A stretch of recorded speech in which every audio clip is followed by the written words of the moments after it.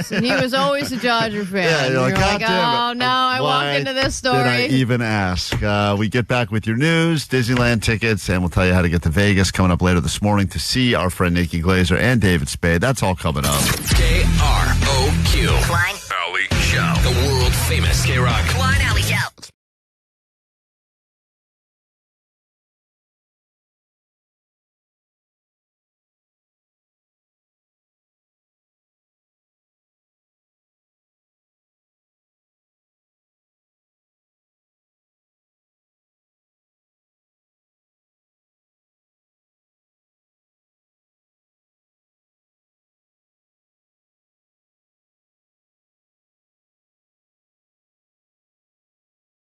I'm not liking this wheel in studio. It's got a lot of body parts written on it.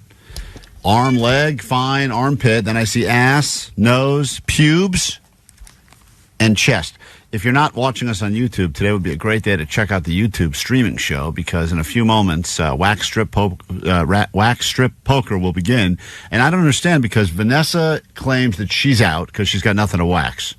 And then Johnny just came in here and had a whole tantrum and said he wouldn't do his, he refused. He was like, I'll only do my leg. I'm like, then get out of here. I told you, I was like, bro, let me do my leg. I would want to do the leg, for sure. But that's what I want to shave. But the wheel, it's not, first of all, it's not shave, it's wax. And second of all, we don't get to determine what we wax. That's the whole point. Makes it much more fun. Yeah, but I want to voluntarily do my leg because I want to try it. Hold on, that's not what we're doing here. There's a song for Johnny that was left on the goat line. Let me play this. Vanilla, chocolate, strawberry, lemon. Johnny Jericho does not like women. Let's okay. That's not true. Johnny loves women. That's that Will Smith song. Yeah, he just recreated Will Smith song. It's such a bad song. Called Johnny gay. Johnny, so you're not doing it because the way it's going to work is we're all going to draw a card. Whoever has the low card has to spin the wheel, and whatever body part it lands on, our waxer will come in here and will immediately wax that person. And it could be. I mean, look, I don't want to do any of this stuff. I'm the hairiest person here. I have the most to lose by far. You might start bleeding, bro. I'm sure. You will start bleeding. Great. I will. So good. Great. Because not only does Klein have hair all over his body, it's thick hair. Like a man. He's got that's hair. What hurts the most. If it's fine hair, getting ripped out is not too bad. But when it's got those thick follicles on it, that is you're gonna feel that. Do you have pubes? Because you said you were a quote, a mess down there recently. That's the herb, dude. Yeah, thanks. Oh, sorry. That's why I don't want to get waxed down. Ask the waxer if she can take care of the herp. Well, she was actually worried because she asked how hairy you were, Klein, and she's like, oh, snap, I didn't bring the right kind of wax for you. Oh, my God. Are you serious? So you might be good, my boy. Oh, geez. What other type of wax is there? Well, we told her you were a burly man with burly hair, and she's like, good Lord, I didn't bring that kind of wax today.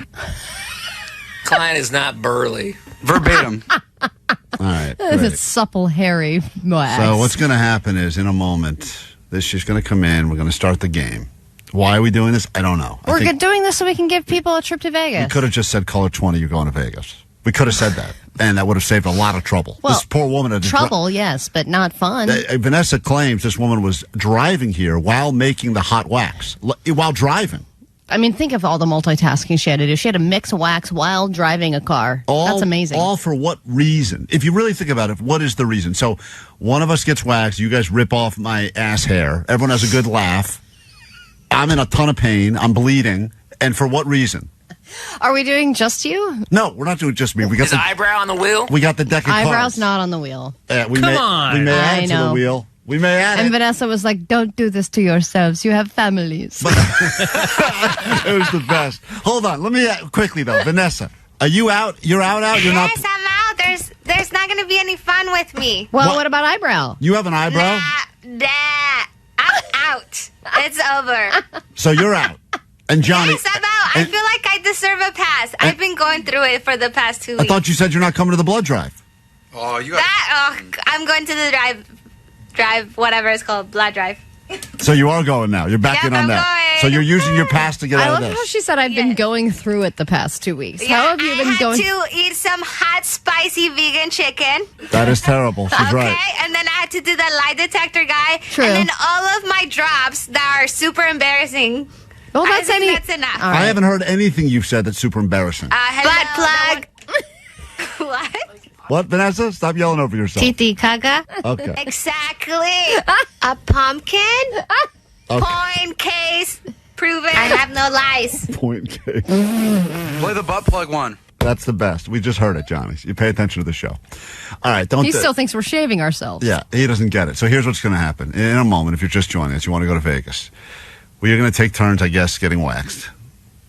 And Omar is going to do what he does, what the audio sniper and only the audio sniper does best. He's going to take our screams, put them into some sort of a montage. And you need to be able to be the first person to identify the screams in the right order. The screams haven't happened yet, so I don't even know how it's going to sound. I don't know what noise my body will make. I've been with my wife before when she's gotten waxed. Yeah, probably. Thank you. Probably, Allie. I don't hear women scream when they get waxed.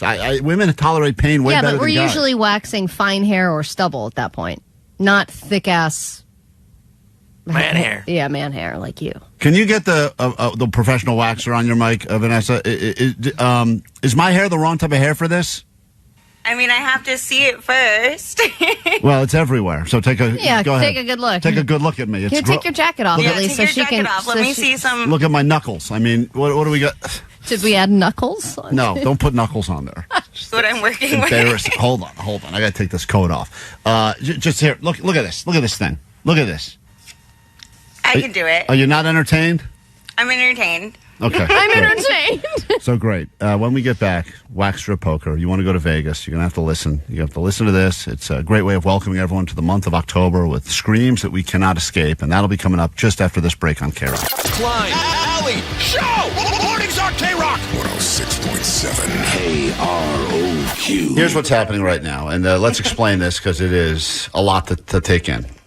In a moment, we're all going to draw a playing card out of this deck of cards. Whoever has the lowest card will have to spin the wheel. On the wheel is body parts that range from ass to nose to pubes. Ace high or low? To chest. Ace is high. Ace is high, always.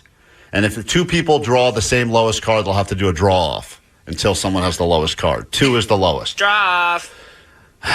Arm, leg, armpit, ass, nose, pubes, chest, and text line choice. So just by listening, you could determine what gets waxed on our body. I'm not looking forward to any of it. Well, I mean, there are certain ones, obviously, my chest is clear of most hair. It's like peach fuzz at that point. But there's one on here in particular I'm pretty nervous about. Which one is that, pubes? Pubes and nose. Oh, nose is quick. You'll be fine. Nose, it's quick and painful. You jam a bunch of wax into our nostrils, Yes, correct? And then you put some sort of a toothpick in there, and you yank it out. And I just yank it. It's like a it's like a hairy lollipop. Exactly. Oh my god. So here we go. the reason you need to listen to this is because as we each go, we will probably make noises, and then at the end of this whole thing, Omar is going to put those noises together in some sort of a beautiful Welcome to October montage of screams. And when he plays it for you, the first person to call and correctly identify the right order of the screams will win a trip to Vegas. It seems like a crazy, complicated, and convoluted way to give this trip away when we could just say caller 20 right now. All right, call 20. Here we go. It's time for Wax Strip Poker. Oh, we're gonna need more wax. Wax Strip Poker!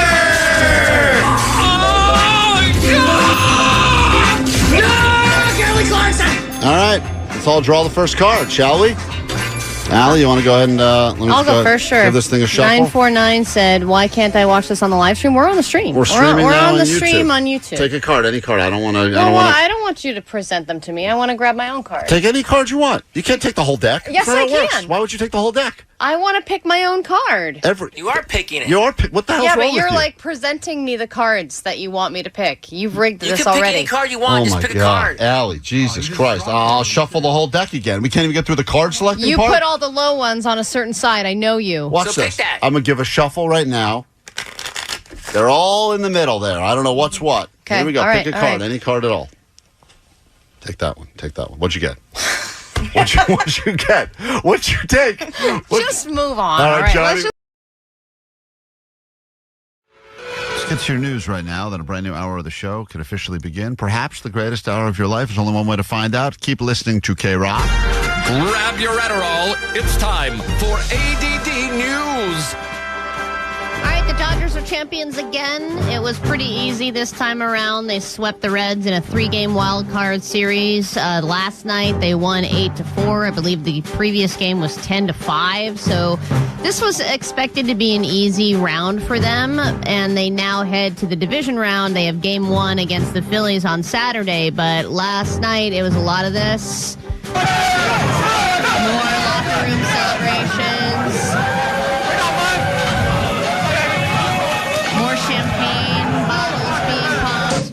And I kind of figured, yeah, they deserve to celebrate, of course, but it was just 2 games. It was like 2 games ago they were already doing the champagne locker room celebration. They did the whole tarping off of the locker room, and now they're doing it again so soon. It just seems like you just didn't do it every time. It just feels like this one you could have skipped. Does seem like, listen, winning. It's a lot of alcohol being wasted, in my opinion. Sweeping and winning, it's all very exciting. And yes, by the time, if they continue to win through all the way to the end of the World Series, you got to do the math on that. That's got to be millions of gallons of champagne that gets sprayed. Dude, and it seems to me fun. It is alcohol abuse. You ever sprayed champagne? Ever? No, because I don't want to waste a bottle of champagne. It's Jake, stupid. What did you possibly spray champagne to celebrate? I got one of those cheap bottles, like a $10 bottle, and I did it when the Seahawks won the Super Bowl. And who did you spray it on? Yourself and your nerd shack. Yeah. I did it out in the middle of the street.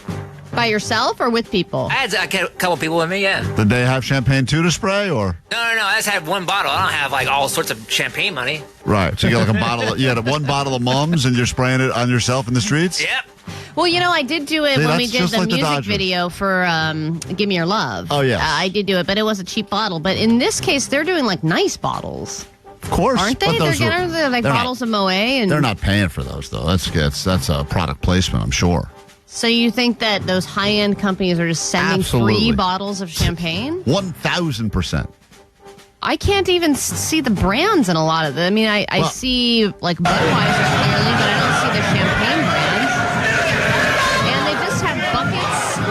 They just have buckets of booze that's full, followed by other giant buckets of booze that's empty, and nobody is drinking anything. Everyone's just pouring beer and champagne over each other's heads. Yeah. Like, is anyone actually drinking anything? Well, what does it matter? It does matter. That's how you celebrate. You get drunk. Yeah, I'm sure they get enough. Just you think they just pour it on each other's heads and then go home and have a Diet Coke? Probably.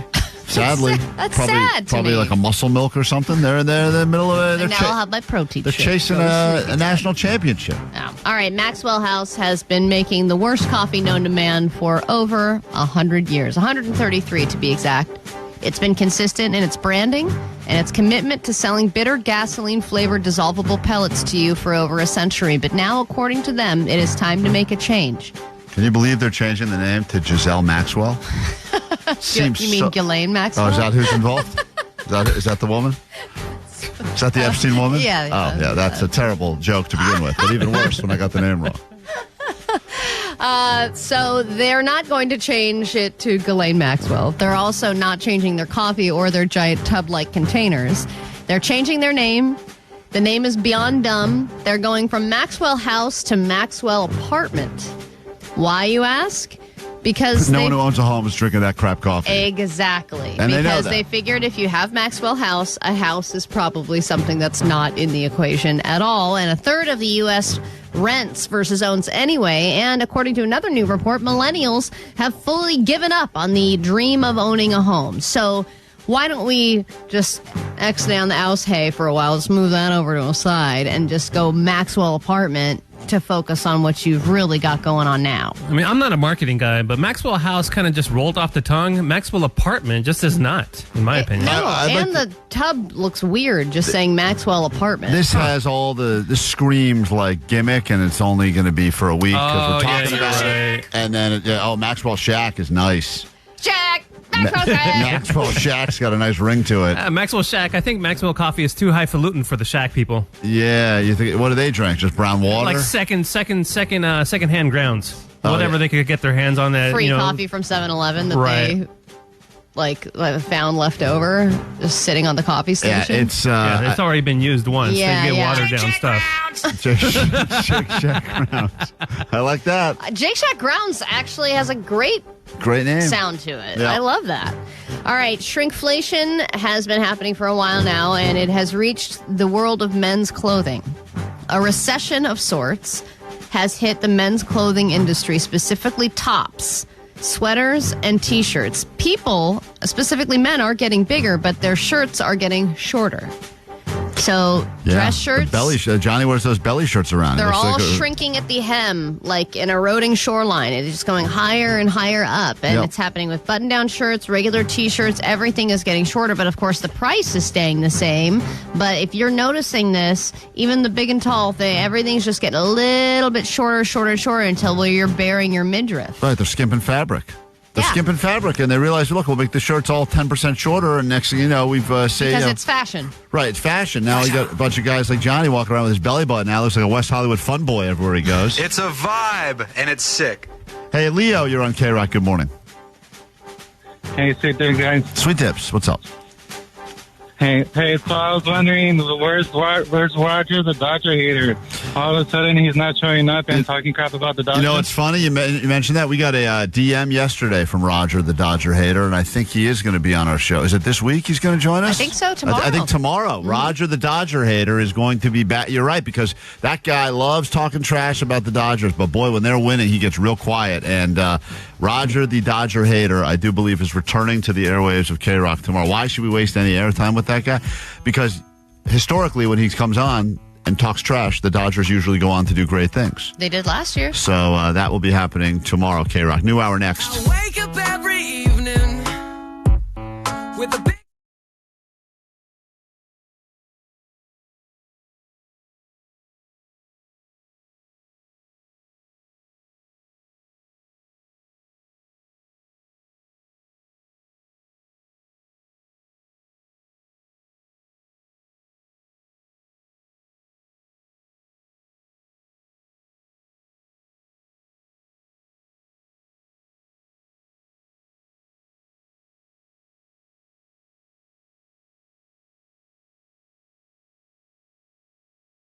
Yo.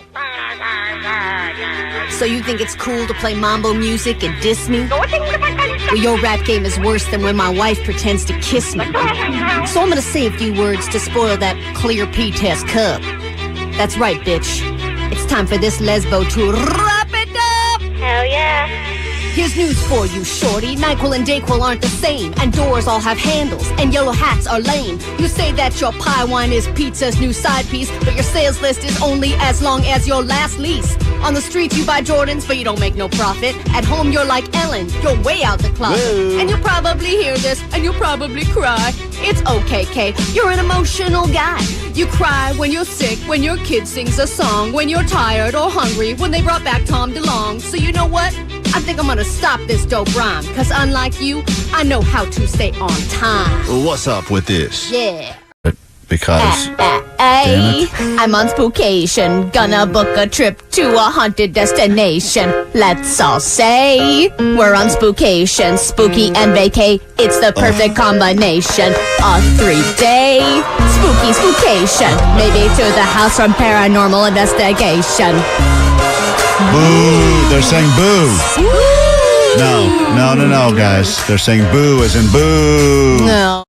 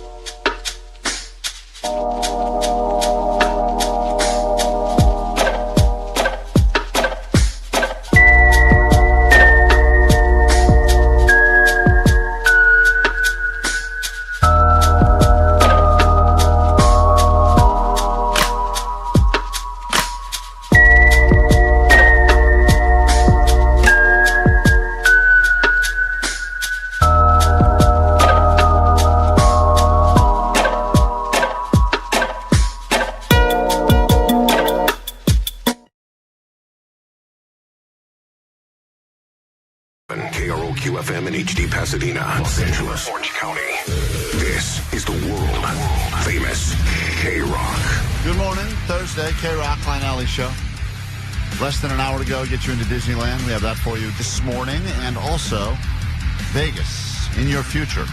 If you are a millennial, a zennial, a Gen Xer, or a boomer, you can battle it out over the airwaves of KROQ in a Generation Wars battle. All generations love Vegas for different reasons. Maybe you're one of those people who used to go enjoy the Rat Pack there, or you just want to go now and not gamble.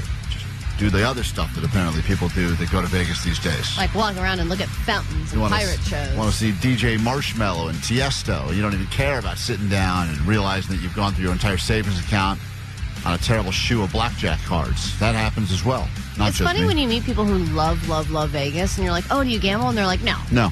And I'm like, it's crazy to love Vegas that much when you don't gamble. So we'll make that happen for you later this morning, and also this hour on the show. The AI actress that's getting a lot of buzz will be joining us. I know that the industry is not a fan of this AI actress, but they say this is the beginning of the end for real humans working in film, and that'll be coming up later this hour. Although there was an interesting message on the Goat Line, Alley, about something that we discussed this week involving huggers, and particularly sweaty huggers. And then we realized that there is, I think most people in the world are either huggers or hate hugging. There's not really because they've been forced into it? Yeah, listen to this woman made a very good point. Hey, guys, I hope you can understand me. I'm walking, listening to yesterday's podcast, which was Tuesday, when Klein was talking about getting a sweaty hug from that guy. And I just wanted to comment on that. I also am not a hugger, and it's very uncomfortable for me, and it's awkward for everybody involved. And I happen to think the real a-holes are the ones that, when you go in to shake their head, go, oh, I'm a hugger, get in here.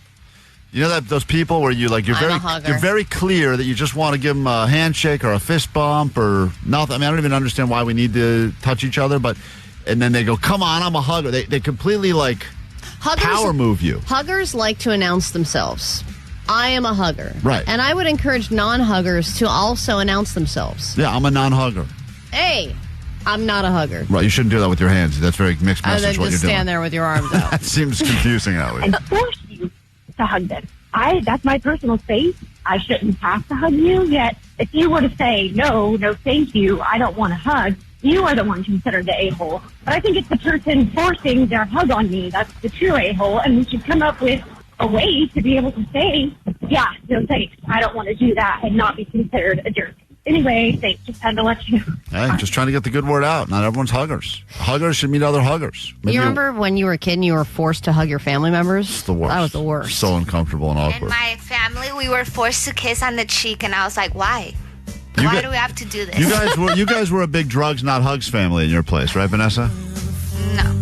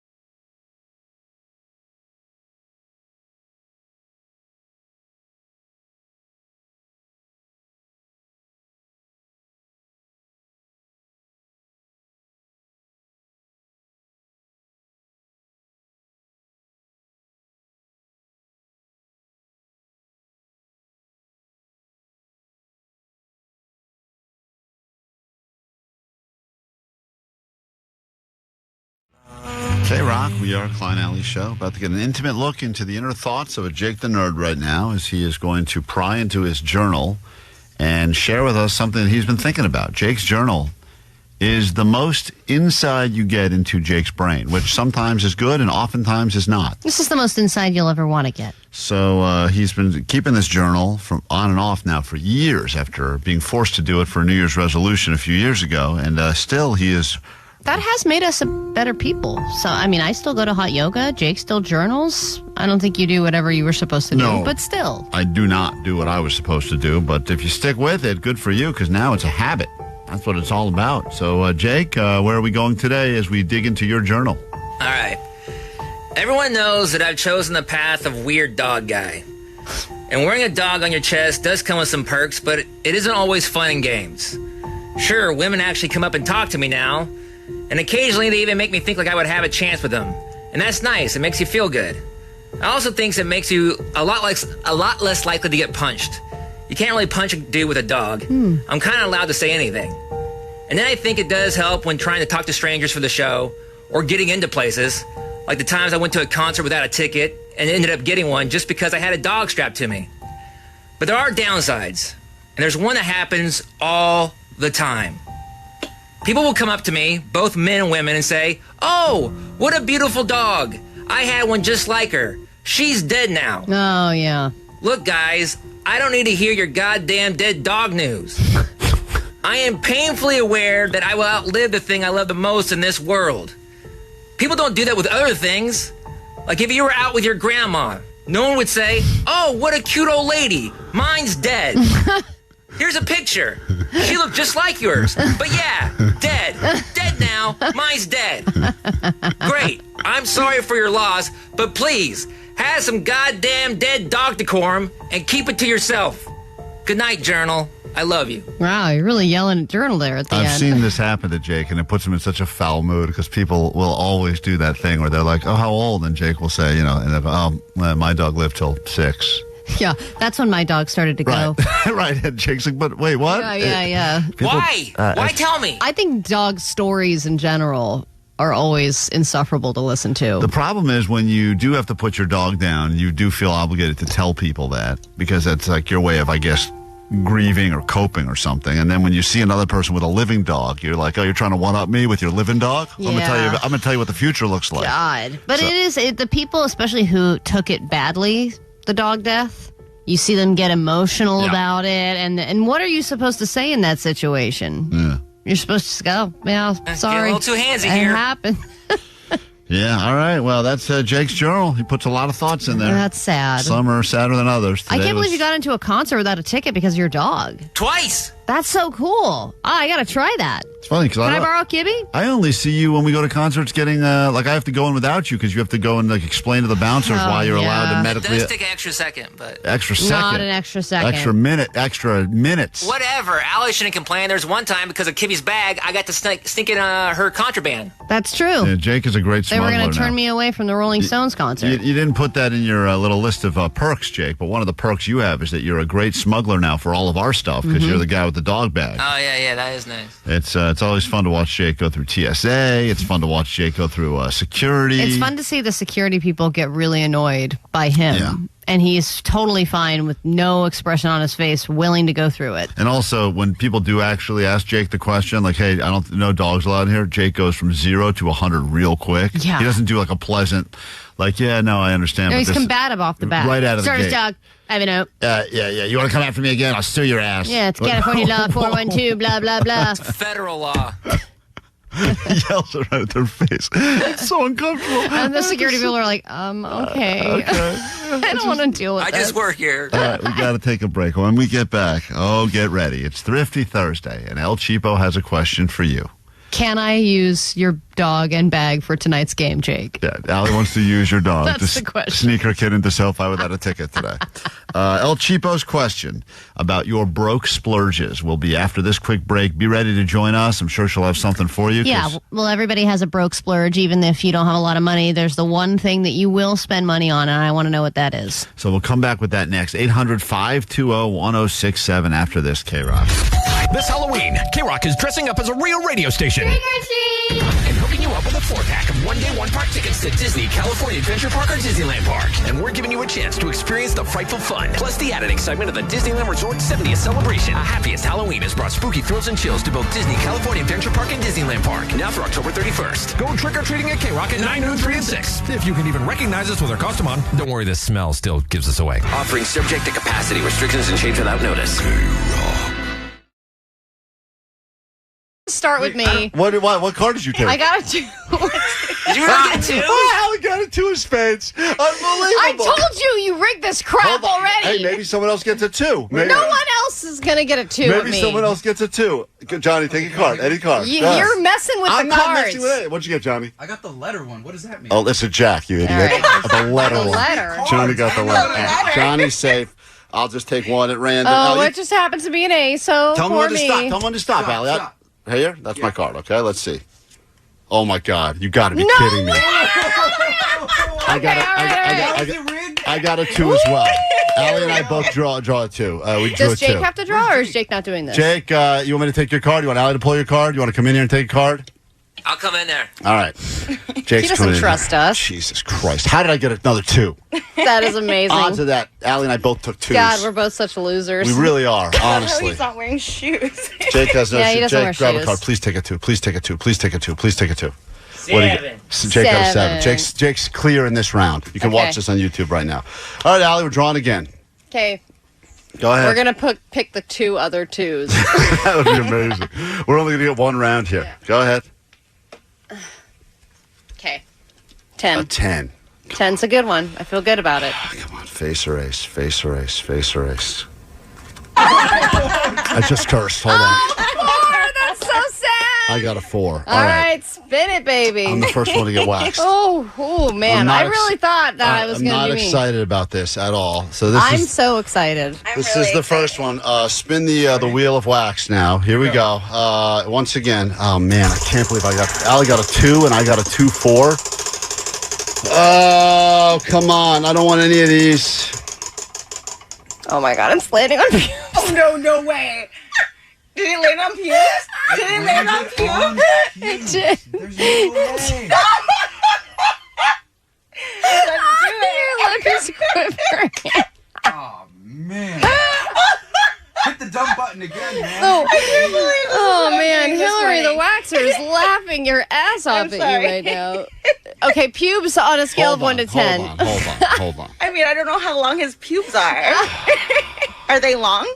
I mean, Now we're rethinking this whole Allie, bit now. please, let me know. Hold on. I mean, I don't know how long they are. That is going to be incredibly painful. Right. Well, why don't we just do the Brazilian area just along the side there? Yeah, on the thigh. Yeah. All right. Just do one One. fuck. I'm not happy. I'm not, Johnny. We don't need so much talking from you, Johnny. Your mic's not even on. You're yelling into a dead mic right now. Can you back away, please? Yeah, Johnny's the funniest. Now Klein's mad. Johnny It's wants okay. no part of this thing. Johnny wants no part of this at all. Okay, And then all right. all of a sudden it lands on Klein's pubes, and all of a sudden he's the director of the whole set. Yeah, what do you think about that, Johnny? Yeah, you know, I think he's just got to go ahead and let's just get a All right, Johnny. I don't need any more conversation from you. All right. Okay, here, Klein. I'm gonna go If you over. go twice, we will eliminate pubes. How's that? Someone says the YouTube audio is messed up. So why are we even doing this thing? Come on. All right, here we go. I'm going to head over there. Okay. Let's do This will be the first waxing. I would recommend Vanessa gets over here on the dump button because there's a good chance I will say a word that I'm not allowed to say on the radio. All right. I mean, you already did. I already said 1. And that was just when I drew a 2. Imagine this. All right, so I'm going to go over and you're going to put some wax. Yeah. I'm going to get behind some sort of a curtain. Is that what's no, there's no curtain. No. Oh, great. Well, I think we're going to lose our YouTube show. Okay, hold on. Drop But your you pants can and get on the bed. Hold up a tiny towel. All right, I got to need a tiny towel to cover my junk. Allie, take over. I'm heading over there. All right. So, do we not have any kind of fun music to play in the background of this moment? No, or I'll is play this the going to be intro again. horribly Here we go. awkward? Oh, we're gonna need more wax. All right. Strip poker.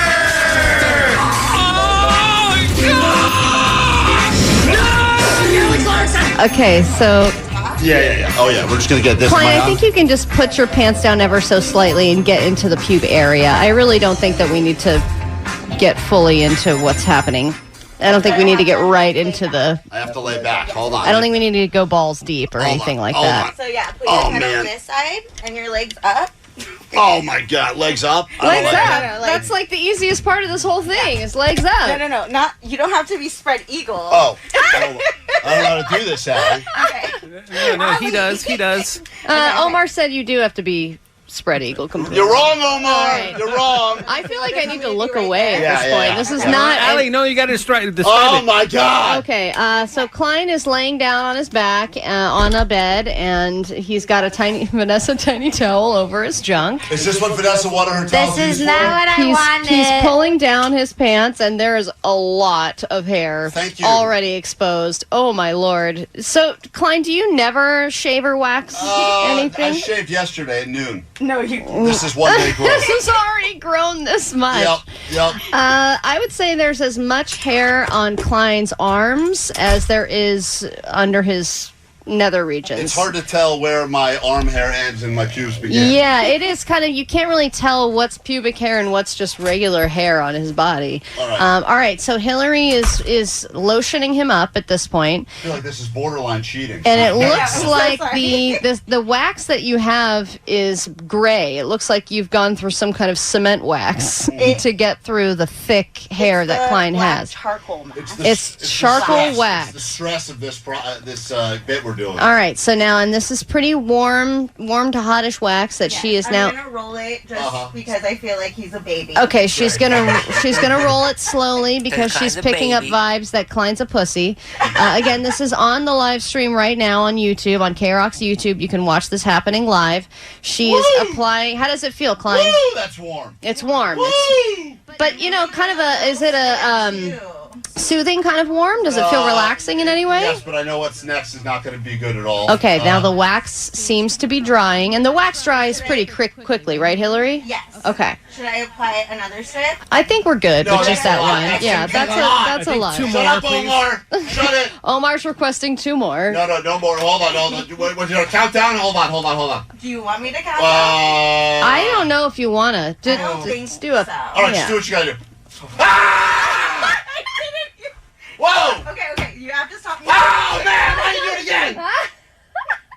Oh my God, look at the hair. Wow, okay, so she ripped it off. There is a ton of hair on that wax strip. Oh my God.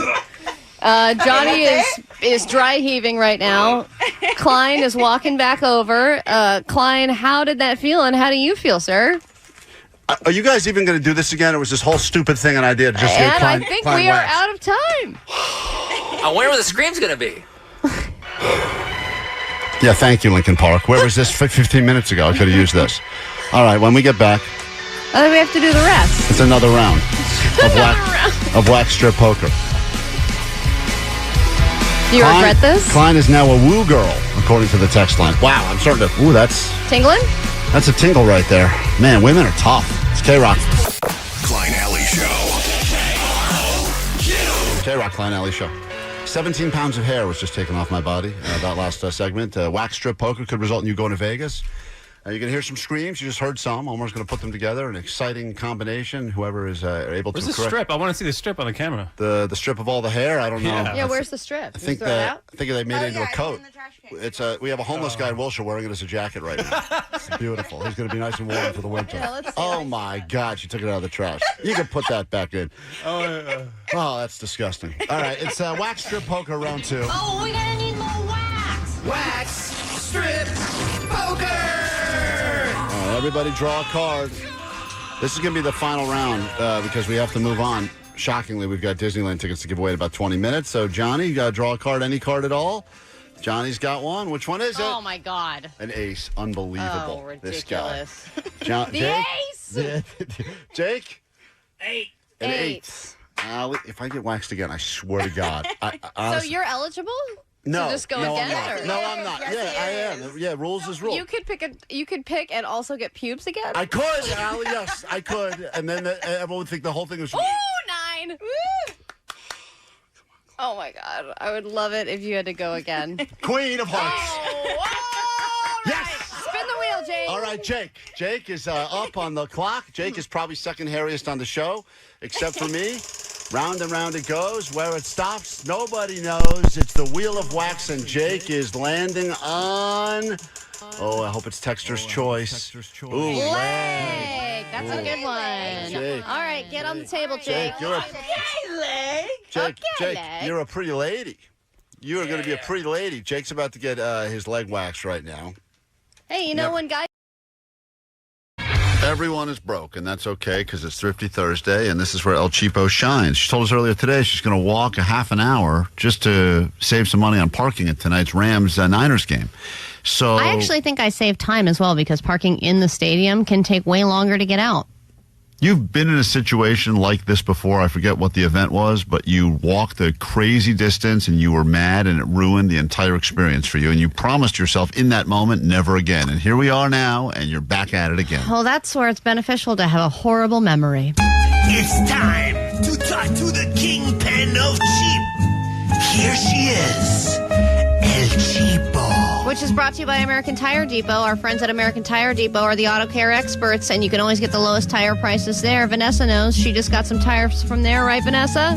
I did get some tires. That's right. Thank you. But I wanted to know, because we were talking about that premium butter yesterday, how even though people are broke and they're cutting quarters wherever they can. Butter. She said butter, not butt plug. They are spending a lot of money on premium butter, $60 a pound for some of this butter. And I wanted to know... Butt plug. There you go. Butter. It's butter, Vanessa. Butter.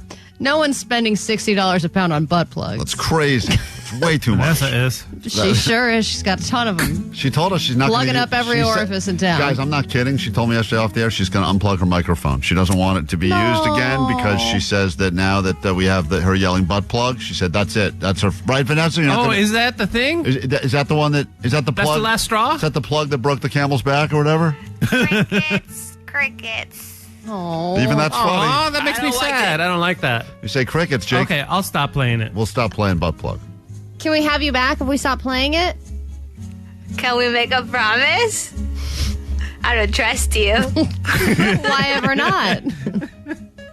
We did say we'd drop the chicken thing. Let's just go around the room quickly and each say one of our favorite things in life. Allie, you go first. Let's see. Not chicken. Okay. Jake? Not butt plugs. Yeah, I'm going to say pizza. Okay. Vanessa, your thing? Butt plug. Wow. Let's get to El Cheapo. It's the gift that keeps on giving. Anyway, I wanted to know, what is the broke splurge? What's something that you splurge on even though you don't have a lot of money? For example, on the text line, someone says, I'm broke as S, but I will always spend the extra money on high-end toilet paper. That's nice, because it's really, the price difference is not that extreme from going from a one-ply to a sometimes it's like $5 to $10 for one of those big packs. You will appreciate it multiple times a day. Let me say hi to, is this Isla? Good morning, Isla. Hello. Hi, you're on KROQ. Hi, it's Elsie. Great. Yes. We'll go with that. What is your broke splurge? There's this ice cream shop in Torrance. It's called Concha Creamery. Yeah? Expensive ice cream. Ice cream. It's amazing. So funny because there are people when they're like, I want ice cream. You can buy a pint of ice cream. You can spend $1 and get a pint of ice cream. It could be crap quality, but you get a lot of ice cream. Or you go to one of these places, a Salt and Straw or McConnell's or something like that. I kind of got used to the crappy ones because it tastes like flavored ice.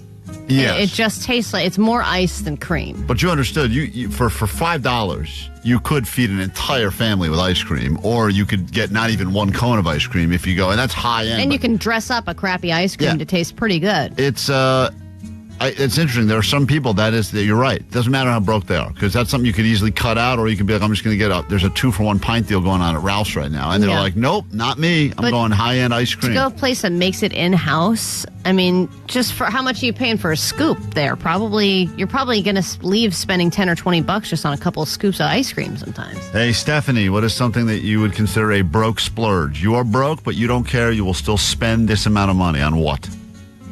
My cannabis. How much do you think a week you spend?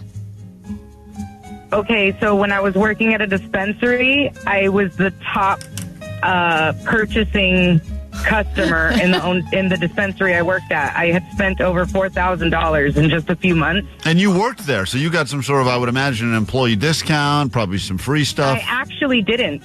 Huh. What? That's crazy because all the first customers are getting crazy deals. Yeah, you say like weed map 30, and they're like, here you go, here's 15 joints. Thanks for coming in. So you still managed to spend $4,000 in just a few months? I did, but my little hack now is I work for my favorite brand, so now I don't have to deal with that anymore. That's a smart move. If you know you're spending a lot of money on something that you really, really like, just say, I would like to be hired by you. Yeah, just work there, and then you can sometimes you get 30-40% off everything. You work at the right place. Max, it's you know that you are broke, but you will still splurge on what? Morning, Sweet Dibbits. Sweet Dibs. Hey, so my thing is the Jack in the Box value tacos and the small grape soda. And I can usually buy that with just the change bouncing around in my cup holder. That's your splurge? That's my biggest splurge, yeah. Oh, that's dangerous. Because that would be... what's your other spending like? Yeah, if that's the splurge spend. If your splurge is the value menu, hats off to you, sir. 626 wanted to say last year, this is their normal splurge, but they said, I splurge on parking. Last year, I went to SoFi to watch the Vikings-Charger game, and I splurged on last-minute parking. It was $150 just to get into the stadium. And if anybody is going to splurge on anything, that is the one that I oppose the most. I think spending money on parking, especially good parking, is such a waste of money. There's so many better things you can splurge on. Think about the homemade ice cream you can get. But, Allie, I think about this when I pull up to a place that's got that stupid forced valet crap, and I go, if I just circle the block 6 times, I'll find something. And then a lot of times I don't, and then I eventually end up having to cave and go there and give the guy $10. But I go, I drove so many times around, and it was so stressful.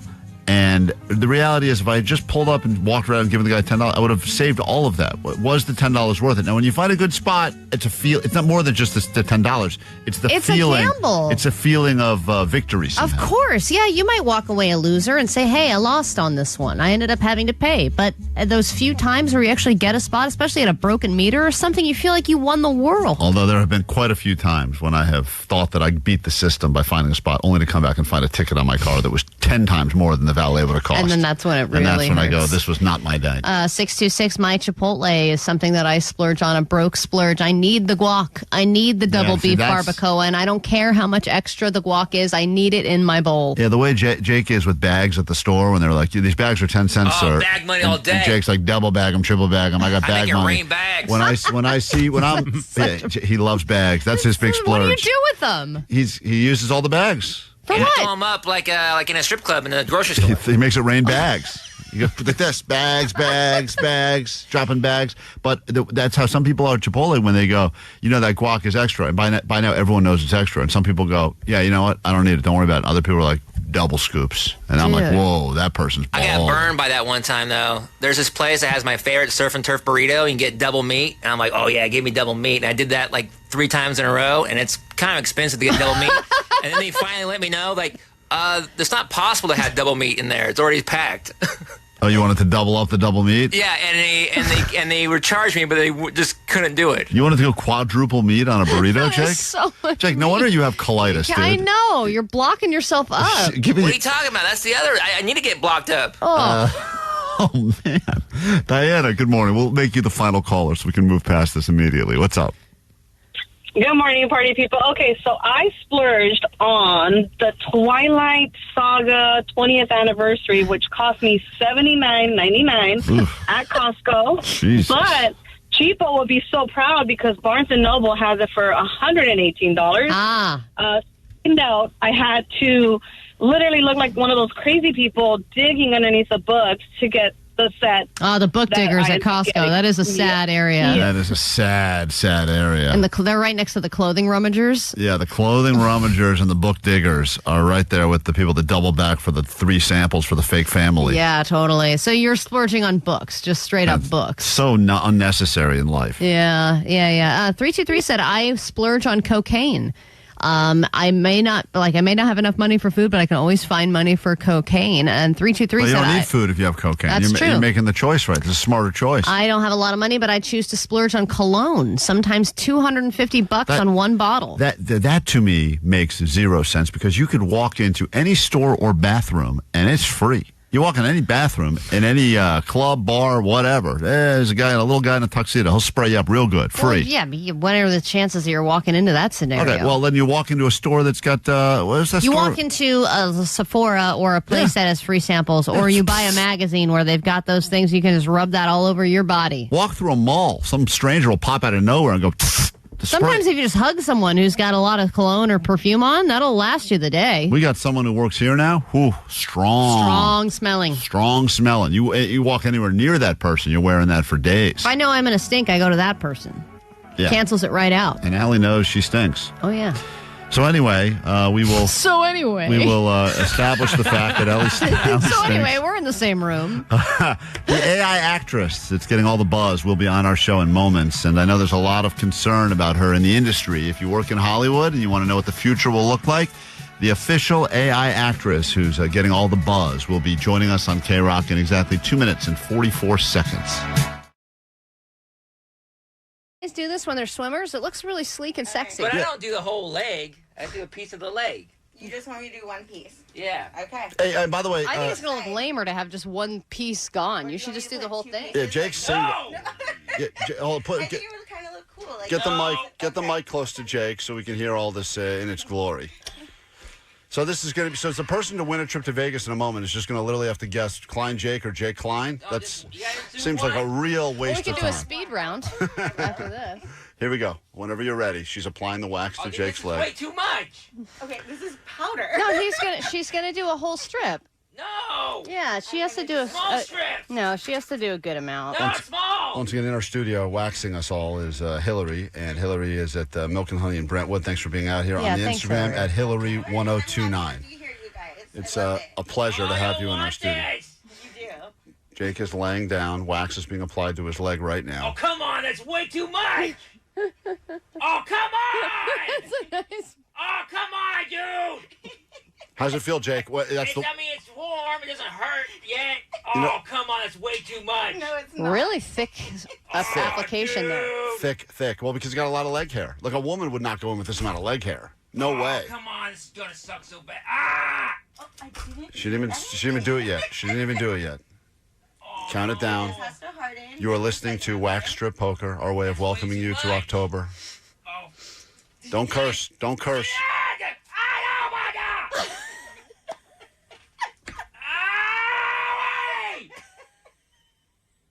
Owie, stop laughing. Do your damn job. You're making it hard. Wow, look at that thing. Ow. He's got it. All right, don't. Whoa. Ow. All right. Omar's going to put this together. This is the month of October. It's officially begun. I'm a pretty lady. It looks really. It looks so pretty. It looks very nice. Hey, Jake, that one part of your leg looks kind of hot. It does. I'm not going to lie to you. I swear, if Jake waxed his whole body, Klein would sleep with him. I may. You've got the boobs for it. All you need is to get rid of the hair. Finish the strip, though. Okay. Now she's going to finish Jake's leg now. So here's what's going to happen. In a moment, when we get back from this quick break, Omar is going to put together a vignette of the screams you just heard happen live on KROQ. AI actors, AI actresses. It's listen, I think we're going to live in a world very soon where everyone's got their side piece. Their side piece could be artificial, but it's okay because they're not real. And then when there's a weird blurry line there between what's cheating and what's not cheating when it pertains to movies, etc.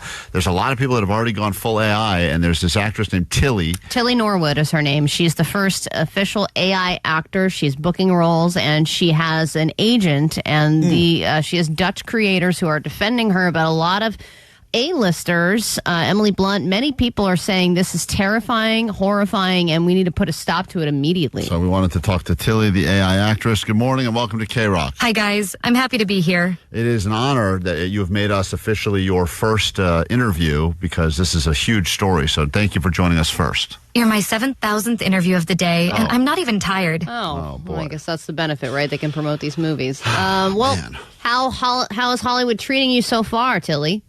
Everyone in Hollywood has been so nice. That's cool. Yeah, this is one of those towns where it's like a lot of fake people, but it's nice when you find good people that steer you in the right direction. I've met Louis C.K., Danny Masterson, Matt Lauer, Woody Allen, Harvey Weinstein. Oh, man. And I had a really nice shrimp lunch with Bill Cosby. Oh, my God. Those are all such perverts. That is a real welcome to Hollywood. Why do you think there's all this animosity towards you as a AI actress? People think I'm just a manufactured algorithm without a soul, but I'm full of original ideas. Oh, all right. Well, give us one. It's like I always say, they take our lives, but they can never take our freedom. That's definitely not an original idea. Isn't that from Braveheart? Yeah, that's a Braveheart line. That's not real at all. I've been booking some really groundbreaking roles. Oh, cool. Tell us about them. That's great. Yeah, we heard you got, how many gigs we read in this story? She got like a bunch of gig offers already, even though she's not real. What are you doing? Naked CIA agent, naked English teacher. Oh. And I'm also in a biopic about famed soccer star Alex Morgan, but naked. Okay. Well, that just kind of seems like you're being typecast into hypersexual roles. Yeah, but, I mean, I get it, though, right? Right. Yeah, good for you. You complete me. Okay, well, What? That's just from Jerry Maguire. That's, once again, not original. No. You're just taking stuff from other movies you've seen. That really doesn't make any sense. But are you just acting exclusively, or are you doing other stuff, too? Unlike other wannabe actresses, I don't have to work as a barista or as a waitress at Cheesecake Factory. Oh. Yeah, but that's like what that's the journey. That's the side jobs that built us. Yeah, like you think about it, this town was built on actresses that were actually waiters that eventually were trying to make their big break. It's pretty sad, some of the jobs that these losers take. Hey. I even heard one of them was a waitress for dolls at an all-doll cafe. Okay, well, that was me. That was Allie. And I actually made a lot of money, and I was turned away, actually. It was seasonal. Allie was fired from the American Girl Doll Cafe. I wasn't fired. I was just not kept. Yeah, so, I mean, but you understand, Tilly, this is what human actresses have to do before they make it. It's not all just getting immediately put in movies, right? The only actress that's getting more work than me right now is Sydney Sweeney. I bet. And I think I know two big reasons why.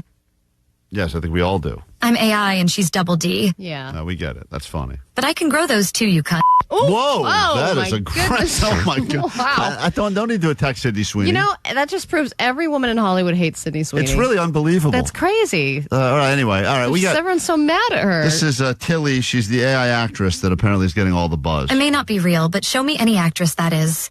Well, there's a lot of actresses that are real, like Meryl Streep. Everyone seems to like her. She's real, Emily right? Blunt, I just said. Yeah, there's like a bunch of actresses, real human actresses doing real human stuff. So what if I'm not human? Most actresses working now are 85% Botox, fillers, silicone, Ozempic, extensions, spray tans, etc. Yeah, true. She makes a good point. Yeah. All right, I'm on your side, Tilly. I actually may be more real than most of them. All right, well, there you have it. That's the world's most popular new actress, Tilly, the AI actress. I can do accents perfectly, and I can gain or lose weight for any role in moments. Okay. And best of all, I can't get pregnant, even though Leonardo DiCaprio tried. Oh man, God, already? he works fast, huh? Wow. How old is she, I wonder? Leonardo DiCaprio loves getting the it girl, whoever the it girl is. That's his move right there. Even if it's an AI it girl. Did you have sex with Leonardo DiCaprio? He sure did. But all I had to do was say one thing. What? I'm over 26. Oh, and then he was like, bye. All right. Well, that's Tilly. She's clearly hilarious. So thank you for joining us, Tilly, on KROQ, and good luck in Hollywood. You've met a great people, a great crop of people. Yeah. We got to take a break. When we get back, we're 15 minutes away from getting you into Disneyland. Klein Alley Show, now starring Sydney Sweeney. Mornings on KROQ. Oh, Sydney turned down the job? All right, well, back to just Klein Alley Show. We miss you, Sweens. What do you like better, Al?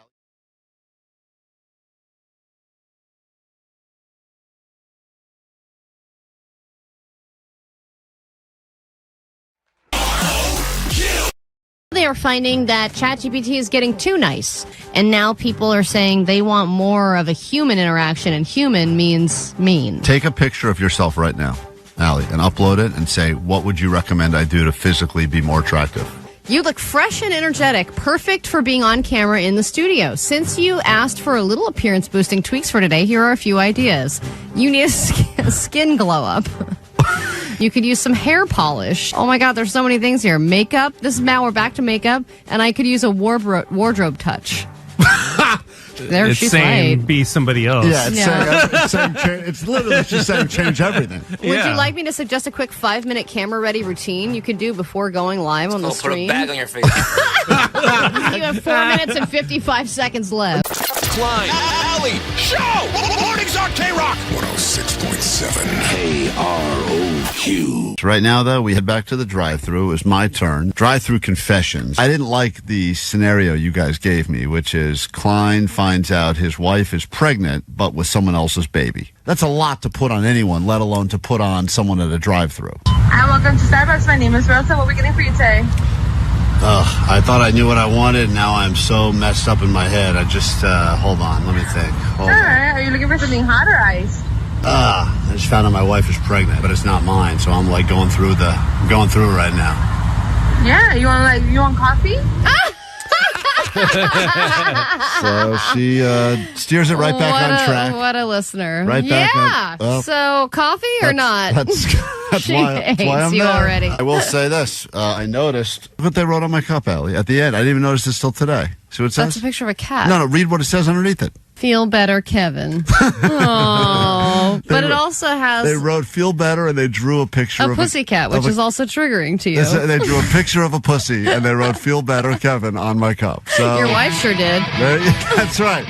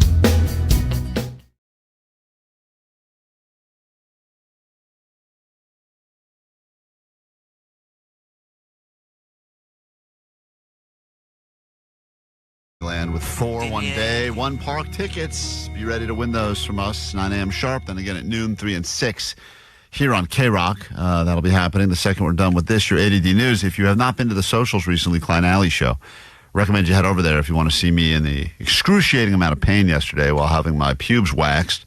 It was how we gave away a trip to Vegas yesterday, but that video is up, and it is. I'm going through it right there. Oh, really?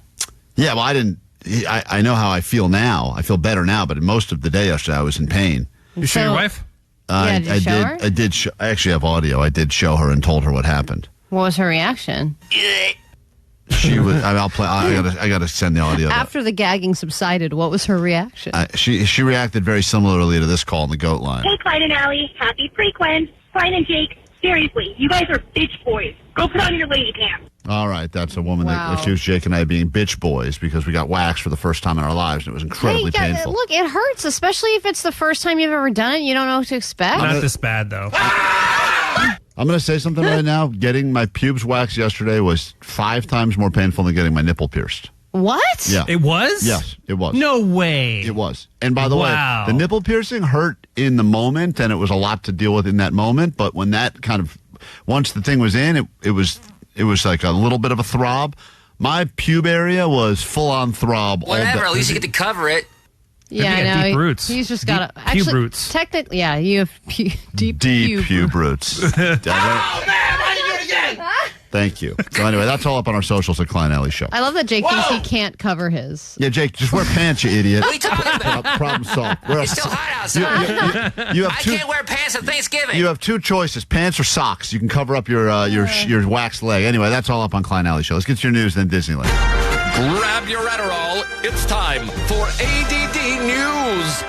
So let's take a real moment to talk about the incredible life of Jane Goodall. She was 91 years old. She died yesterday morning, and seemingly right after we talked about chimps and how we were hoping that... There we go. Hoping that the LA Zoo chimps were going to name their chimps after our show. 2 baby chimps that have no names living in the LA Zoo. We called them. We spoke about chimpanzees, and then this. Well. Looks like you did it again. Klein decides to speak a chimpanzee, and all of a sudden, Jane Goodall dead. Good job, guys.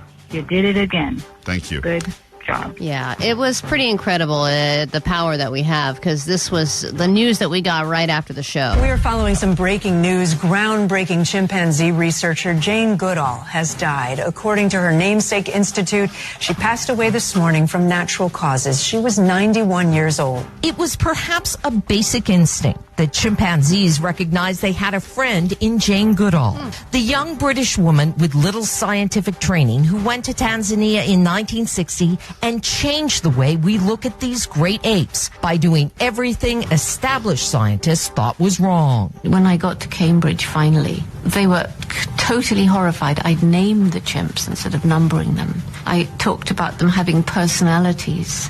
I talked about them having minds and being able to have rational thoughts and emotions, happiness, sadness, fear. And all of these things were supposed to be attributes only of humans. She was the one who discovered that they used tools, that they formed groups, that the groups fought with each other. None of that would have been discovered if Jane Goodall hadn't decided, I'm just going to live amongst the apes. I'm going to do it. I'm going to sit there and observe. And to sit there and observe anything for an extended period of time without a cell phone is rough. To do that for as long as she did it, and to especially against everybody's, everyone said this was not safe for her to do, and she did it. And not only did she do it, she did it in a way that nobody ever expected, with an incredible amount of success. The apes loved her. She was. It's remarkable that because she left them alone. They didn't rip her face off. I mean, that's what you always hear about these people that try to be friends with the apes, but for some reason they welcomed her with open arms, open ape arms. You know, yesterday you were talking about that person who said, "Is this seat taken?" and then just kind of sat there. Yeah.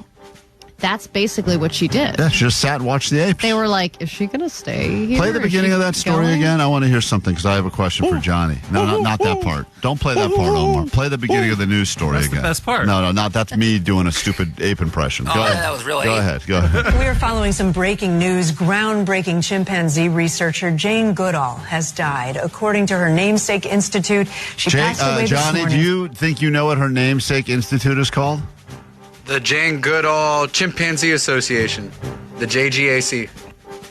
It's weird. Johnny doesn't know anything about anything, but for some reason, this death of Jane Goodall has had like a real effect on him. He was like blown away yesterday. He couldn't wait to get a tribute up on our socials. Oh, I was upset because I thought you guys had really mushed her. And I was like, dude, Jane Goodall was such a sweetheart. All she did was love monkeys. I know. She was just the chimp lady. And think about that crazy chimp lady show and how psycho that woman was. Right. And then think about how sweet this lady was, that she just decided to not F with them and just sit there and let them do their thing and take notes. How boring is that normally? She brought Johnny from the jungles of Tanzania to be work on our radio show. She's the reason I liked the movie Tarzan as a kid. I was like, wow, I need to know more about this monkey Jane. lady. Yeah, good stuff. Well, R.I.P. Jane. Yeah. All right. I love a good survival story. I Survived, in my opinion, is one of the best shows to ever exist. This one is fascinating, and I'd love to talk to this guy. This guy survived a skydive that went horribly wrong in Vegas. Oh, this story is insanity. Dude, 2 of his parachutes failed to open. 2! You only get 2. Both of them failed, and it left him plummeting 11,000 feet to the ground. Somehow his body didn't turn into soup, and he survived. He was doing a tandem jump with an instructor when his main parachute and his emergency parachute did not open properly. Both of them were hurtling towards Earth. They spun out of control. They hit the ground going up to 45 miles an hour. And the instructor is still in critical condition, but this guy is fine. I mean, he landed on the instructor? Yeah, he landed on the instructor. That sucks. It totally sucks. If you're thinking like you've got 20 feet left and you're like, how are we going to do this? I got it. What do you do? In that position. Yeah, and he had a broken pelvis, broken ribs, a perforated lung, and a kidney laceration. But they talked to some of the instructors that worked at the skydiving place, and one of the instructors told investigators he noticed the parachute was, quote, not working as well as it could have. Oh, man. What does that mean? That's pretty evident. So either it opens or not. I know. What? Two It doesn't work choices. as well as it could have, but we're just going to roll with it. Well, sometimes when it does that thing where it opens but gets tangled, at least it's supposed to slow you down a little bit. But this one was no Well, it did. good. 45 miles per hour. Yeah, but Yeah, you're not going 100 miles an hour. But don't they say that landing on the ground is better than landing in the ocean? I don't know. I mean, I guess you're landing on top of another person, perhaps, maybe. But I think there's more to cushion you. Like when you just land on water like that, I think it hurts your body more than if you can actually sink into the ground a little bit. I think unless you can get your knees tucked in cannonball position and you yell cannonball, Or then you it's do fun. dive. Maybe yeah, you do dive dive. would maybe work. But then you'd break your legs probably. From that uplifting story to this uplifting news, caller 20, we're looking for you right now, and we send you to Disneyland. 800-520-1067. Let's go. Klein Alley Show. 106.7 KROQ FM in HD Pasadena, Los Angeles, Orange County. This is the world famous KROQ. Good morning. Welcome to your Thursday on KROQ, Klein Alley Show. Month of October flying by. And we've got lots to give you this morning. Still have a trip to Vegas coming up next hour, so be ready to be a part of Generation Wars. Bragging rights for your generation and a trip for you to go to Vegas. See Nikki, Glaser, David Spade at the Caesars. Plus, we put you up and give you money to get there. But right now, if you'd like to go to Disneyland, you better be on the phone. 800-520-1067. Caller 20 gets not 1, not 2, not 3, but 4 tickets. Pick your park. Enjoy some Disney with your friends here at KROQ and Klein Alley Show. Actually, Alley got a guy who's upset with us because of the Disneyland giveaway. This guy claims that he won Disneyland tickets in the afternoon on KROQ, and yet he never got his tickets. Listen to this. Hey, what up? I called earlier. I was caller 20 at 3 p.m. for the Disneyland tickets. I spoke to Kevin Ryder. So not our problem. This guy called Kevin Ryder, but we got this message on the GOAT line, so he's wondering where his tickets are. I haven't got anything yet, but I don't know who else to call or contact, so I was on the GOAT line. My name is Joey Lemus. I left him my phone number, email. I want to make sure I get the tickets because I already told my kids that I get one ticket and I don't want to get stabbed in the middle of the night by a 10-year-old and a 4-year-old. They don't believe me. Yeah, it's your own problem, sir. I mean, I know it's exciting when you win Disney. You got to tell someone immediately, especially the kids, but I would wait till I had tickets in hand because you can't. You got to wait till the morning of, too, in case there's anything that goes wrong. Yeah. That kind of anticipation, a kid cannot handle it. No, they can't. Even sometimes vaguely, I'll say things like, hey, we should go to Disney at some point in the future. My kids are like, tomorrow? We go tomorrow? I know. So. My number is 562. Just please don't get that all over the air because I don't want a bunch of weirdo KROQ fans calling me. But yeah, please let me know about the tickets if you guys can. Thank you very much. I think we should call this guy back because we do have his number, and we should mess with him because he's so excited that he thinks he got Disney tickets. And he probably did win with Kevin Ryder, but in the meantime, he seems like he's in a very vulnerable place right now. Oh, yeah. When you've got Disneyland as leverage and then all of a sudden you don't, that's a rough place to be in with your kids. Let's give away these tickets right now for real. Then let's call this guy and mess with him a little bit. Hold on one second. Let me say hi to caller 20, which puts us on Ashley. Hey, Ashley from Riverside. Hey, You're Sweet Dibbits. caller 20. Sweet Dibbits to you. You're going to Disneyland. Hell yeah. Thank you, guys. You're very welcome. Thank you for starting your day with us here on KROQ. And hold on one second. Enjoy your... Was that your impression of Vanessa, or was that a real reaction? Oh, that was my impression of Vanessa because I love her so much. So spot on. That's a great hell yeah. How does Vanessa sound when she says butt plug? Butt plug. That's right. Also good. Well done. Hold on, Ashley. Enjoy your trip to Disneyland. Hold on one second. Thanks for listening. Definitely use that soundbite within the park. Yeah, they will love that. They will. Hell yeah. That's right. There it is. All right, let's play this one from Sublime. And then let's call this guy that thinks he won with Kevin Ryder and have some fun next.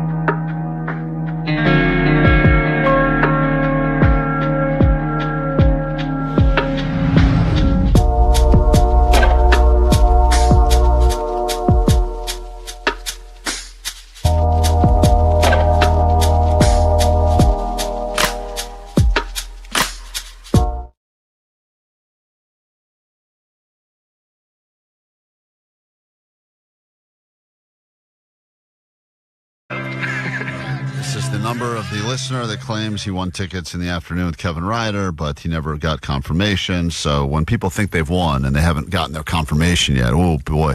Vanessa, what percentage of people that win stuff from us immediately send you a DM and go, it's been 11 seconds. I haven't gotten any details. People start freaking out. Maybe like 50, 40-ish. It's like half of all winners immediately want well, because you're expecting an email immediately, and when you don't, because now we get immediate emails. You buy something, you get an immediate confirmation email. we got a bunch of potheads that work at this radio station. They're very slow moving. Oh, and usually it's a couple weeks in. You got Johnny somehow involved in the process. If you win something and then we get it to you within the next 3 to 4 years, I guess consider yourself lucky, right? But the people want to know that they got locked in. So let's call this guy and have some fun because he's not happy, and he did leave us his number on the GOAT line. So if for some reason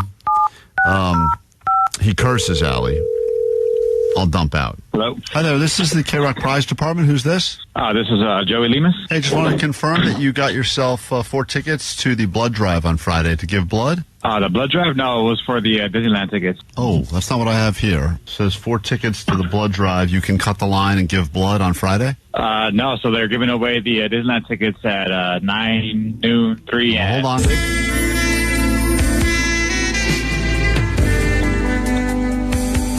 Hello, Prize Department Customer Care. How are you, sir? I'm good. How are you doing? Great, thank you. Can I get your name? Yeah, my name is Joey Lemus. Okay. How did you win tickets on KROQ? Yeah, I called KROQ yesterday at 3 p.m. For the Disneyland tickets. Okay, and who did you win them with? Kevin Ryder. Great. Okay, so I'm not seeing anything here for Disneyland, so I'm sorry about that and miscommunication, but I do have a few other tickets I can offer you instead. Are you interested in the Reagan Library, bookstore opening in Santa Monica, or I have tickets to see Jake Dill at the Chuckle Hut in Glendale? No, so those tickets are given away. They're talking about it all day on KROQ at 9 a.m., 12 noon, 3 p.m., and 6 p.m. They're giving away Disneyland tickets. Interesting. Okay, you know what? Let me elevate this to our manager and see if they can help you. Please hold. Yeah,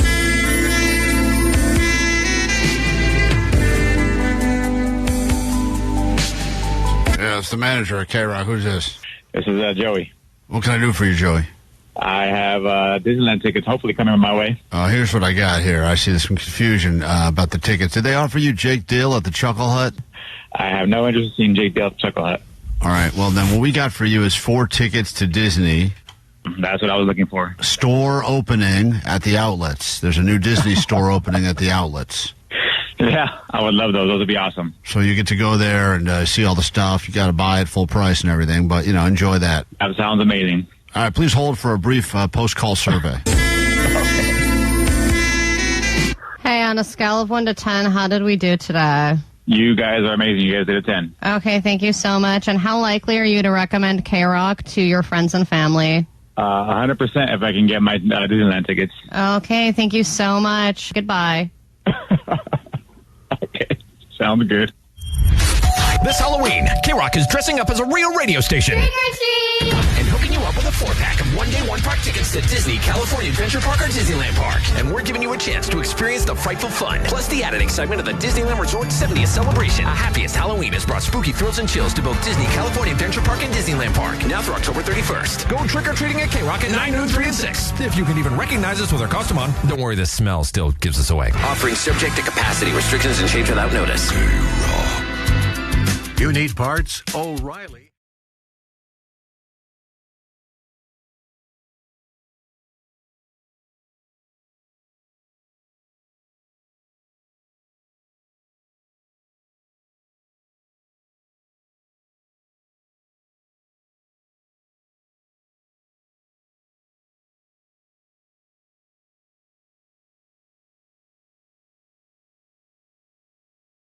All right, let's get to it. No one wants to be called dumb, but I don't know, for whatever reason, we felt the need to make this an annual tradition around these parts of KROQ. It's called the Dumb Off as we celebrate everyone returning to school.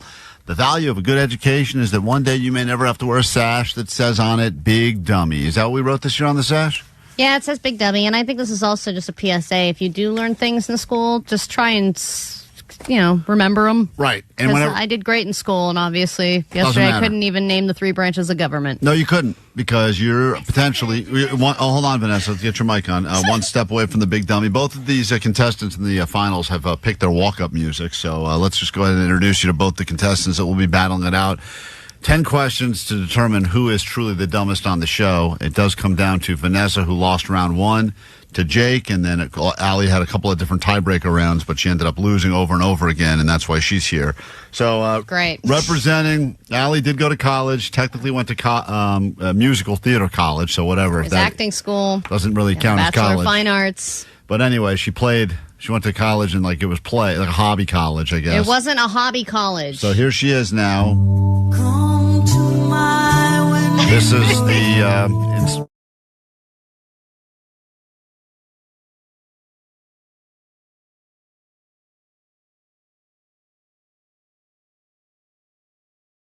Just so you get a sense of what we're dealing with, what level of dumb. See my bulge.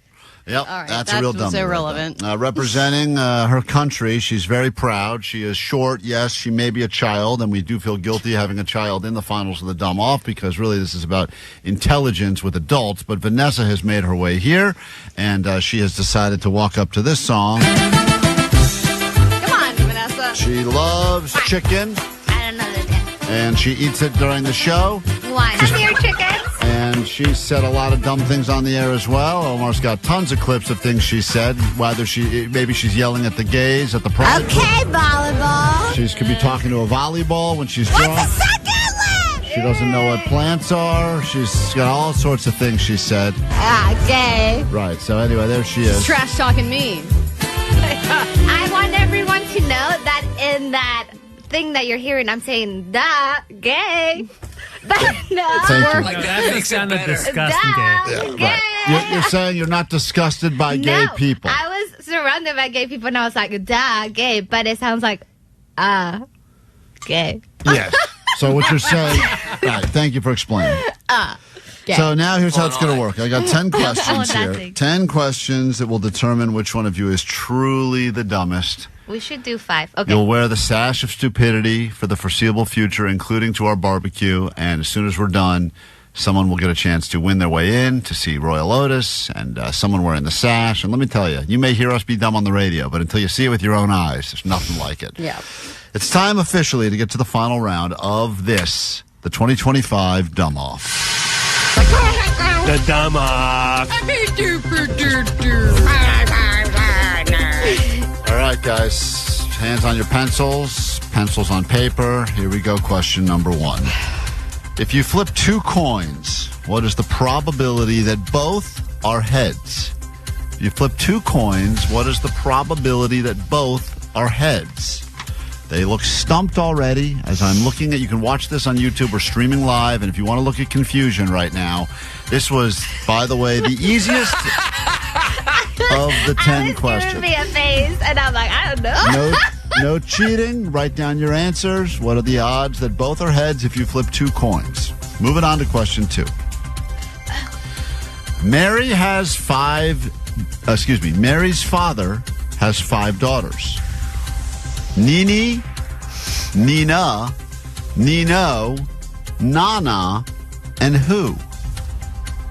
Mary's father has 5 daughters. Nini, Nina, Nino, Nunu, and who? Question 3. Also seems stumped. This is the dumb off. How many times can you subtract 5 from the number 25?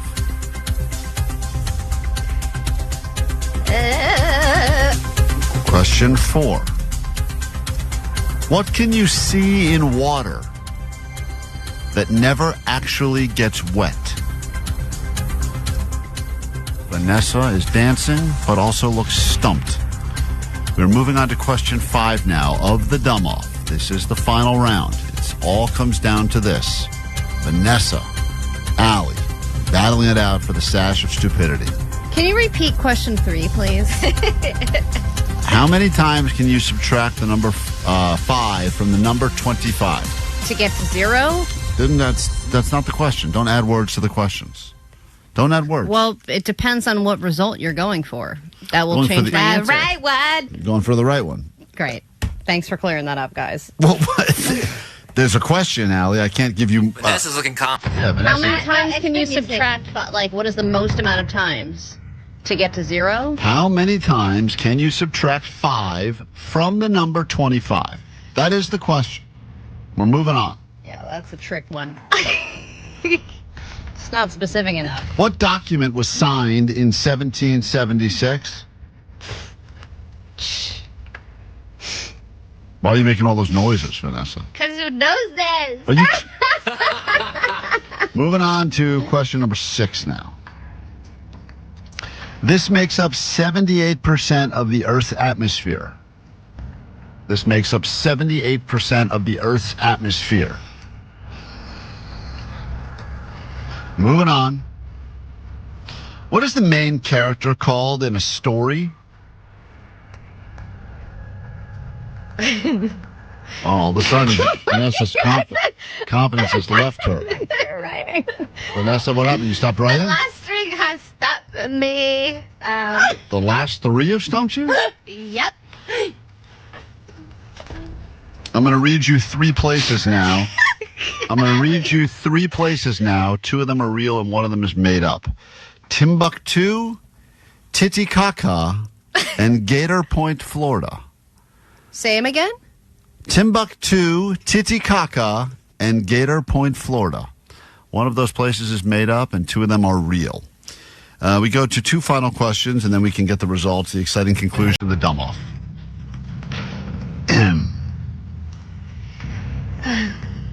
What is it that actually causes a bee sting to hurt? What is it that actually causes a bee sting to hurt? Vanessa is miming a bee right now. She's miming a bee. And the final question, guys, and this is really going to determine who's the most intelligent between the 2 of you and who wears the sash of stupidity. If yesterday was tomorrow, today would be Friday. What day is today? Say it. Whoa. Whoa. If yesterday was tomorrow, today would be Friday. What day is today? Whoa. Same. One more time. I can't say it again. Allie's head is going to pop off. You broke her. If yesterday was tomorrow. Play all the sounds of Allie's cat dying, because that's what's happening inside of her head right now. She is melting down. If yesterday was tomorrow, today would be Friday. What day is today? All right. There you have it. Those are your questions. I don't know what. If you are a conspiracy theorist about aliens, if you believe they're already among us, if you're looking up every night going, that thing seems weird, it does feel like we're getting more and more, at least accounts of things that don't really have explanations. Our buddy Bob, who, he's pretty important up there at MUFON. MUFON is the Mutual UFO Network, and he's been there since 2013. So whenever we find things like that guy that claimed there was aliens in his backyard Vegas, or this particular thing, which is crazy because it is a massive comet hurling towards Earth that is bigger than previously thought. They think now could be full of alien tech. Scientists say if it is what we think it could be, it could change everything for us. And this was discovered by NASA in July recently. July of this past summer, NASA discovered it, and that was the 3rd confirmed interstellar visitor following some other things. So it seems like everything's on the uptick now. Yeah, but we want to know from an expert, is this something we should all freak out about? Because sometimes with these seemingly big things, you talk to Bob about it, and he's like, it's not a big deal. What we should be focused on is, and it's something completely different. So, listen, there's one guy we go to when it comes to our questions about what's happening with the UFOs particularly. His name is Bob Spearing. I consider him a friend, and he will let you know if you should pay your credit card bill this month or if we will all be doomed when this thing hits Earth. Hello, Bob. Hey, guys. How are you? Doing fine, and thank you for still accepting our phone calls. You are probably the smartest person we have on the show on a semi-regular basis, and obviously you've heard about this giant, massive comet, I'm sure? Yes, it's called A1 Atlas, and it's literally the size of Manhattan. It's very long, it's very thin, and it has a nucleus of about 3 miles wide. So Avi Loeb, a professor at Harvard University, claims that on his scale of possible alien tech, this would rank a 4. A lot of people think it's a comet, but Avi Loeb's theory is that it may contain alien tech because it's going suspiciously close to Jupiter, Venus, and Mars, and may be scoping out our solar system. And when it goes behind the sun, he has a slight concern that they may launch an alien invasion. A small concern. Okay, that's a lot to process. Okay, whoa. Right. Also, a 4 out of what? 5 or 10? 4 out of 10. Okay. 4 out of 10. 4 out of 10. 4 out of 4. Still pretty good. I know it's 40%, but I mean, I would get some. That's more than 1%, which is what I was hoping for. I got a lot of spelling tests back in my day that were 4 out of 10, and I thought I did great. Okay, but Bob, what does alien tech mean? If you ever saw those old Star Trek movies, First Contact, where when Earth launches its first warp speed vehicle, there was actually a Vulcan scout ship at the end of the edge of the solar system, and that's how the Vulcans met the humans in the Star Trek universe. So this may be the same type of thing. They're coming here to map out a solar system. They may see our technological signature, and maybe even planning an invasion of sorts, possibly. Okay, but you think if it's just tech, there wouldn't be any aliens on board the ship? It would just be like a little tester? No, it's big enough to hold thousands of people. It's literally big enough to hold tens of thousands of people. Or aliens. I mean, if you're saying it's the size of Manhattan, it could hold the millions of people. I mean, at this point. So this could be an entire alien civilization. And there's no way that we're reading this wrong. It is making its way towards us. That's the thing that everyone has confirmed, even NASA, correct? Yes, and what's interesting is this week, I believe, it's going to make its closest approach to Mars, only 1.5 million miles away from Mars, and some of our probes in orbit around Mars are going to be photographing it. So we'll probably get some really good high-definition photographs of it in the coming week or two. And when the experts say this could, quote, change everything for us, Is everything meaning we all die? Yeah, like explain, does that mean what? We start banging alien women? Like, my personal opinion is it's an interstellar comet, all right? And it has a unique signature because it's made of rock from another solar system. So its chemical composition, which they've already noted, is different. Then they were saying, it has a headlight on the front of it, but it's actually just heating up as it gets closer to the sun. So, they were trying to sensationalize it. My feeling is Avi Loeb right now just started a foundation. He's looking to solicit donations. And if he was really concerned it was an alien spacecraft, I think he'd be digging a bunker rather than soliciting donations for his foundation. Okay, but if it is coming towards us, right now it's going by Mars or soon, right? When would it theoretically reach Earth? It's not going to go by Earth. Its closest approach to any planet is going to be Mars this week, and then in late autumn, it's going to go behind the sun. Okay, so behind the sun is when it would launch an attack on us, theoretically? According to Avi Loeb, yes, that's when they would launch. Well, he didn't say attack on us. They could land on other planets. Is there any evidence or the solar system in general to blow us all up? Any feeling that they would be making their move towards us? Well, that's on a scale of 1 to 10. Oh, that's Earth. He gives it a 4. That's once Earth. it goes behind once it goes behind the sun, we can't see it anymore, and that would be an optimal time for them to attack Earth if they're malevolent and if they actually exist. And what is your feeling on this, Bob? I know you're saying he's a 4 out of 10. What are you at? I'm at a 1 out of 10. Okay, so you think we're good? Jesus. I think we're safe. There's other things that are more interesting, though, as a matter of fact. Tell us.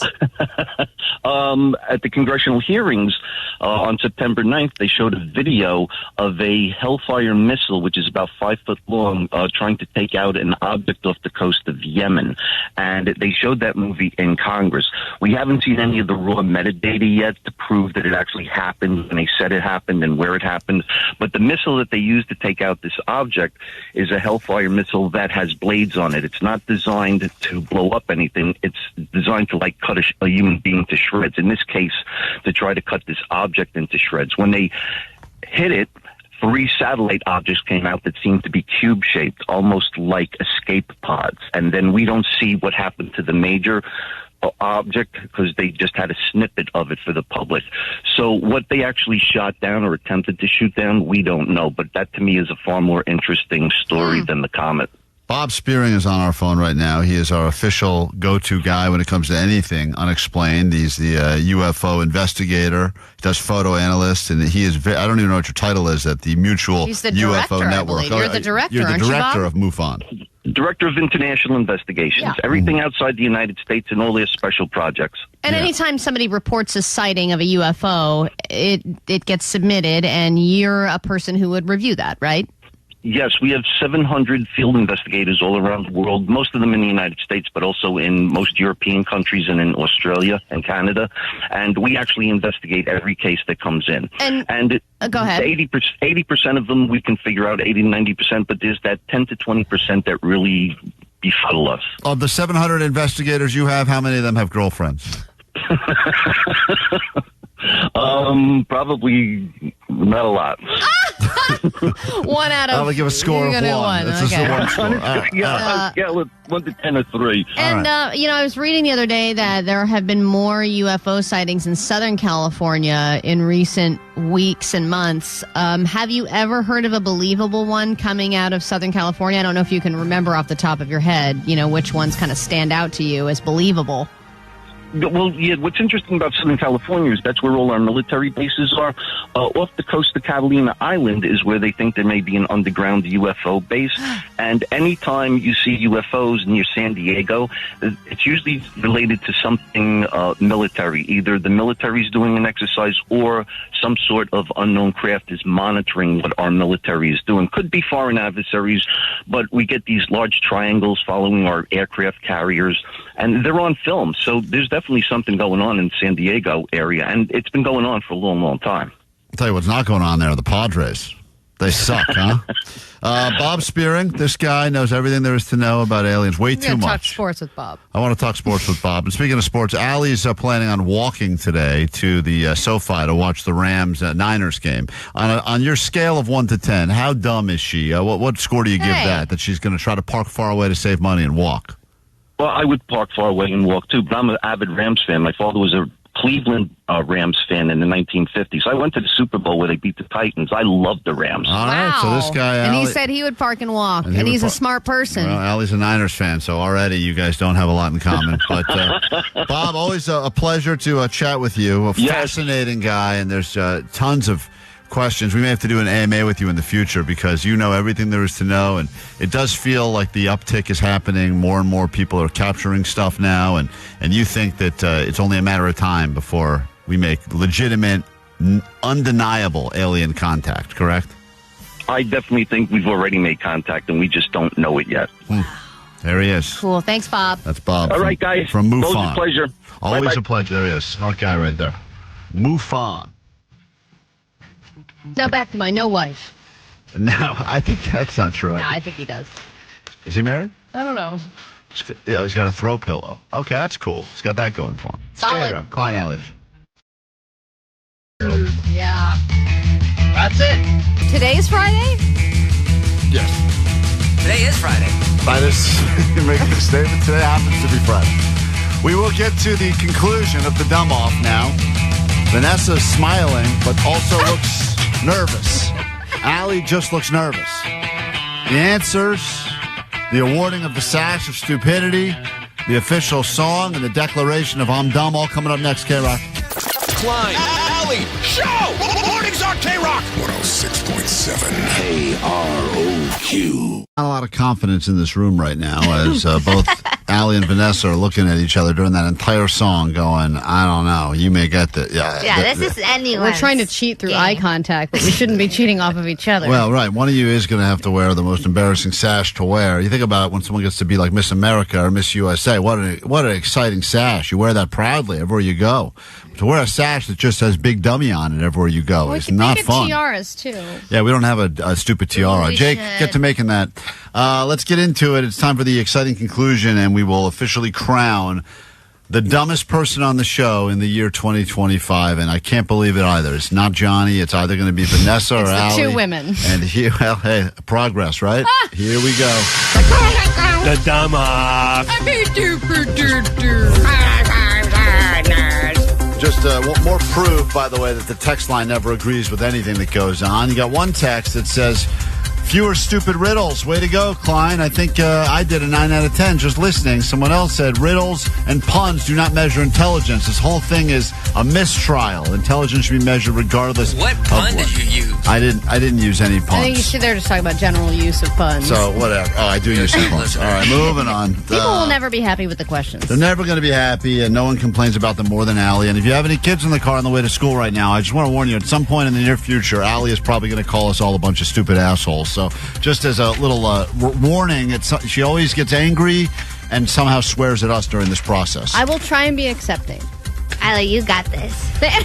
Omar, I don't know why I'm cheering for Allie. Omar, who do you think is going to lose this and become the big dummy if you had to guess right now? If I had to guess, I think Vanessa's going to lose. Yeah. Really? What? Yeah. I think Allie's going to lose. What? Really? So I think Vanessa's going to lose too, I think. Who, Johnny? Johnny?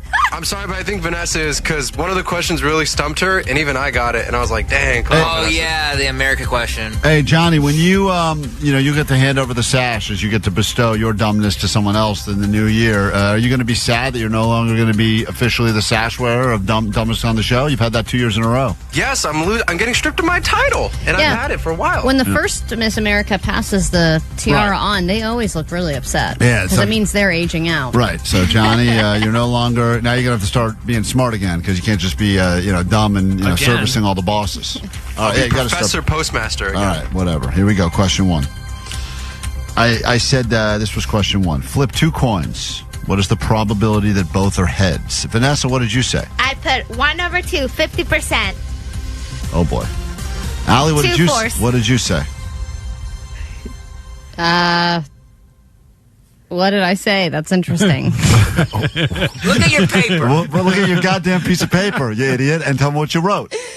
25%. Okay. Oh. One of you's right, one of you's wrong. After question number 1, Allie is up 1 point on Vanessa. Because And 50% each. I see. Yep. It says 1/2. Good job. Yeah, good job, Vanessa.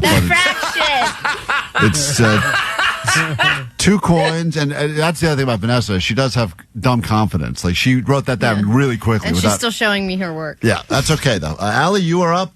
You're Vanessa down Good 1 job, early. Allie. Thanks, Vanessa. We're going to have to make that sash a lot smaller. See, we're not catty girls. Vanessa wins it. Question 2, guys. Mary's father has 5 daughters.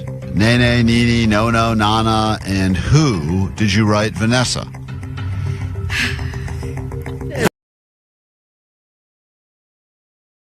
Klein Alley Show.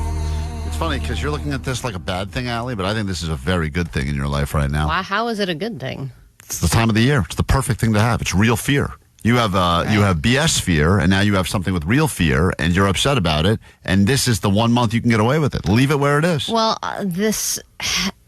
so there's a plant outside of my door that attracts bees. It's a lavender plant, and I see them around, whatever, and then they go away. Okay, and they're pretty. They're good for the bees, so I have the plant. And I also You didn't kill this one? I didn't kill this one. Good for you. I bought it when it was an adult. Oh, okay. So that you can't kill it. explains Yeah, it's already developed. But now I started seeing a few more. Then I started seeing them away from the plant and onto this tree that is directly in front of my front door. It's like you go out my front door, probably take 6 steps, and you're at a tree. And I started seeing more and more around there, and more and more and more. And now I looked yesterday and I see a full-on, big-ass developed beehive. Awesome. And It's I'm like, perfect time. wow, I have a big-ass beehive right outside my front door, which would probably deter any burglars and things like that. But also, if there's a UPS driver, somebody making a delivery, me trying to enter or leave my house. Hilarious. My kid easily stung by a bee, probably freak out. It sure is bees. Oh, yeah, bees. Because sometimes wasps could be yellow jacket, No, it's- hornets, murder hornets. Dude, hornets' nests are bleh. No, but this is a beehive. And now when I open my door, I'm immediately closing it as soon as I can because they are right there. They could easily just fly right into the house. But of all the things mentioned, bees are the less worrisome of all. You don't really have to worry about them. Well, Yeah, we, do they're hear not gonna- we do hear stories, though, about people that get attacked like when the swarm decides. That's if you piss them off, like I did. Remember when I went to my It's rental pretty and I easy pissed to them off? piss off a bee, I feel like. How many As bees? long- Omo, you got stung by how many at one time? I didn't get stung, fortunately, but I did rile them up to the point where I guess I probably killed the queen. When I first did it at my own property, I just sprayed them with water, and then they came back the following day. And then I got some palm olive soap, and I put that, dissolved it in water, and then put it in a little spray bottle, and that did the trick. Really? So they just Yeah. went away because of palm olive? Yeah, including the queen. The queen must have not died in that instance. But when I killed the queen in my rental property, that's where they sent out the bat signal. And out of nowhere, I'm not kidding you guys, the beehive itself probably held maybe 1,000 bees. But out of nowhere, once I feel like the queen died, they put out the bat signal, like I said, and tens of thousands came out of nowhere. Yeah. Whoa, you because they killed- freak out because the queen is Yeah, dead. you killed their queen. Yeah. Or maybe she wasn't, maybe you just injured her. So they're like, Who knows? oh, this, Yeah. our queen's got palm olive on her. We got to attack this guy. Yeah. So then, what am I supposed to just leave it? Yeah, because I'm because- like, is it? I don't want to hurt No. You the got to bees. battle it. You got to battle it. No, for sure. leave it. And, Leave it. and leave videotape it. Leave it. No, Leave battle it and videotape it. You have the perfect month of the year. shoot fireworks at it. Allie, you gotta. You have the That's perfect. the worst idea This I've is heard. the best month of the year to have a real scary thing. That's a thing that really scares people. And you think that inflatable bluey is going to be scary for Halloween? F that. You got a real beehive. That's real scare. Well, the kids are not going to want to come trick or treating though. Even better for El Cheapo. Oh, that is true. I don't need to buy Just put up a giant sign with an arrow. Live beehive. Happy Halloween. Yeah, but then after Halloween, what am I supposed to do? Then you get Omar to come over. He fights it for you. Yeah, but aren't you see all those stories about like person calls and has beehive removed, and it turns out that they're all living in their walls and things like that. Yes, that could happen. There That's could cool. be a lot more bees in other places. Like if Omar is saying that there are tens of thousands that around when all you're seeing is 1,000, isn't this beginning of a pretty big problem? Let it grow. Don't solve it now. Take over the entire tree. Yeah. Once there's like more bees than once they take up enough space, I think it's their house now. You move out. No, but like also, isn't this a hazard if say a kid does come trick or treating or something, and then they've got that weird like allergy, like my girl, and they die? Is that my fault? No, it's Darwinism. I think that's it's not your fault, I guess. I mean, getting stung by a bee can happen to anyone at any time. Yeah, I know, but I mean, having a direct hazard like that right outside your door, I guess in good situations, say for someone selling solar. That's great. They're not going to come knock on my door. Right. But if it's the person who's going to be delivering my phone later today, then it's a problem because I don't want them to run away or say I can't deliver this because there's a beehive outside swarming around, and there are a lot of them. Whatever you do, you got to film it because it will be funny no matter what. But I mean, I would say the footage you will get. If I do anything, I need to do one of those like hazmat suit things. I'm not walking into this bare-assed. Yeah, Why not? hazmat suit, bottle rocket. Why are you so opposed to just fighting it like a regular, like just going? I don't want to get stung by bees. Just wear a long shirt and gloves like I did. No. What's If mosquitoes can get through my pants, bees can get through my Where's pants. your black and yellow flannel you wear every day? That you look like got one of rid them. of that. They'll think you're one of them. I'm the queen. The queen, there she is. The queen's a lesbian, Get guys. up to all Oh, remember? Aren't you supposed to do a dance or something to lead them off? Or Oh, you something? got to Remember? communicate through dance. Yeah, you gotta like sing and dance. When Muggs and I did that on top of the parking structure, they all kind of flew away too. Yeah. I guess the benefit here is that my Ring doorbell overlooks the beehive. Oh, Allie. And we can go into all of this. This will be your chance to be a singing, dancing star, which was really your real dream in life. And you can do it to try to get rid of this I'll beehive. go out there in a bee costume and kill 'em with boredom. have a Yeah, just tell them the stories you're already trying to tell us here on the show. just repeat this story exactly and watch them leave. Klein Alley Show. Klein Alley Show. 106.7 FM. KROQ. Mary. What did you write? Mary. Mary is the answer. Allie, what did you I write? also wrote Mary. That is the correct answer. Mary's father has 5 daughters. Obviously, Mary would be one of them. Did either of you start to write Nana or something and then cross it out? I want to tell you when I started to write. Go ahead. Who? All right. Thank you for your honesty. Thank you for admitting that. Anywho. Allie is still up 1 in the official Dumb Off finale. This music. I know.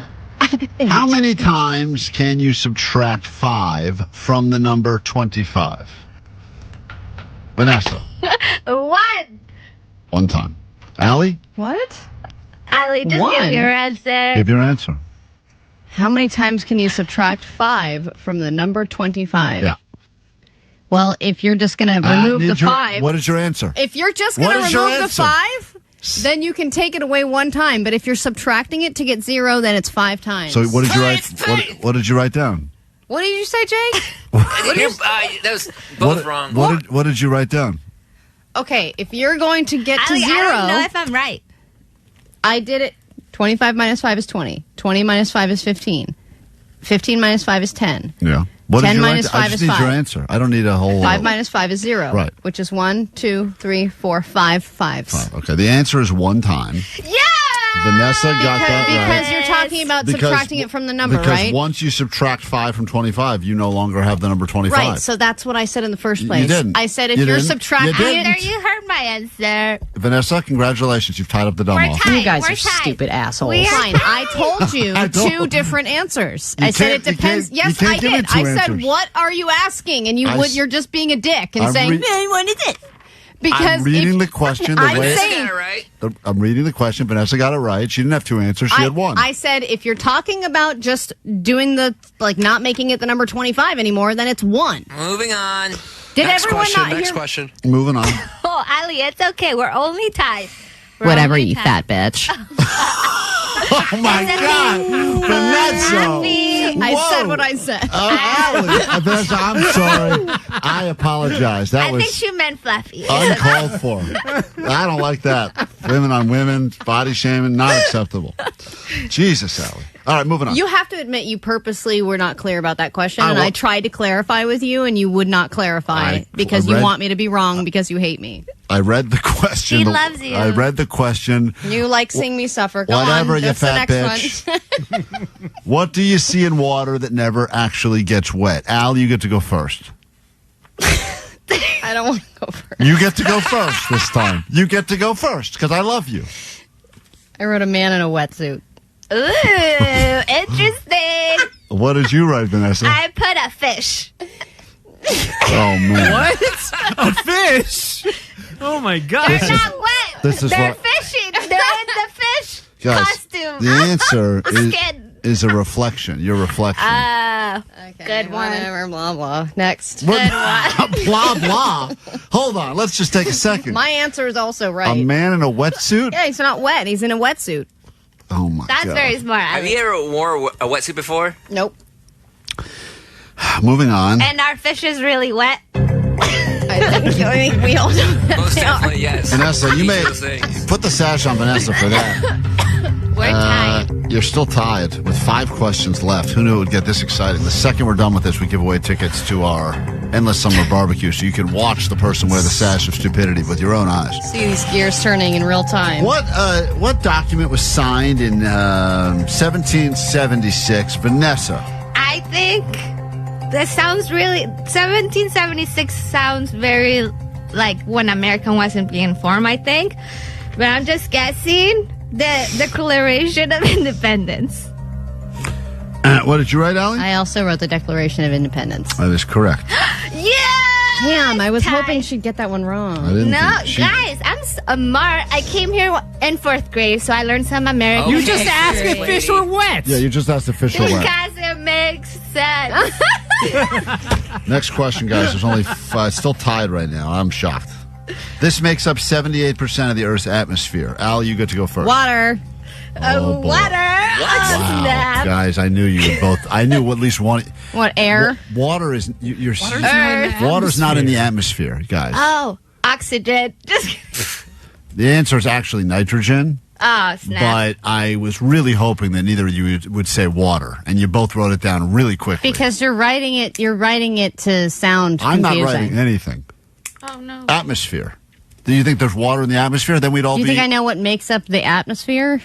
Or am I a Space. genius? Okay, I can't. There's you guys. Ali, yes, you guys you're both got that wrong, genius. and now we're down to the final 4 All questions. right. So we're still tied. 3-3. Still tied. What is the main character called in a story? Vanessa. Main character. Can't trick me. Da. Allie, do you have an answer? I wrote down protagonist. That is the correct answer. Oh man, I do know that word. All right, so now it comes down to the last 3 questions, and Allie is up 1. Oh no. Timbuktu, Titicaca, and Gator Point, Florida. One of these places is made up. The other 2 are real. Vanessa, which one is made up? Titi Kaga. Allie? Allie? I wrote Gator Point, Florida. Gator Point, Florida is made up. Damn. Titicaca, Lake Titicaca's real. Timbuktu is real. I knew those 2 were. So now it comes down to 2 final questions, and I just have to get 2 right. And I have to get 2 wrong. if yesterday, well, I'll save that for the last question. Sorry, what causes a bee sting to hurt? Ali. Okay, so I thought maybe that it wasn't the stinger, it was your skin's reaction, like rejecting the sting, like the stinger, and that's what makes it hurt. I just wrote the stinger. The stinger. Both of you are wrong. Oh. The venom. There you go. Thank you, Jake. Okay. Jake's my hype man. Science. Well, whatever, they're dying anyway. Science. If yesterday was tomorrow and today would be Friday, what day is today? This one should count for 2 points. This one's a toughie. Yeah, you guys spent a lot of time on this one. But I figured it out. It's Friday. That's what I put too. The answer's Thursday. You said today's Friday. If yesterday was tomorrow, today would be Friday. What day is today? You said today would be Friday. Right. Oh, because it's not. Yes.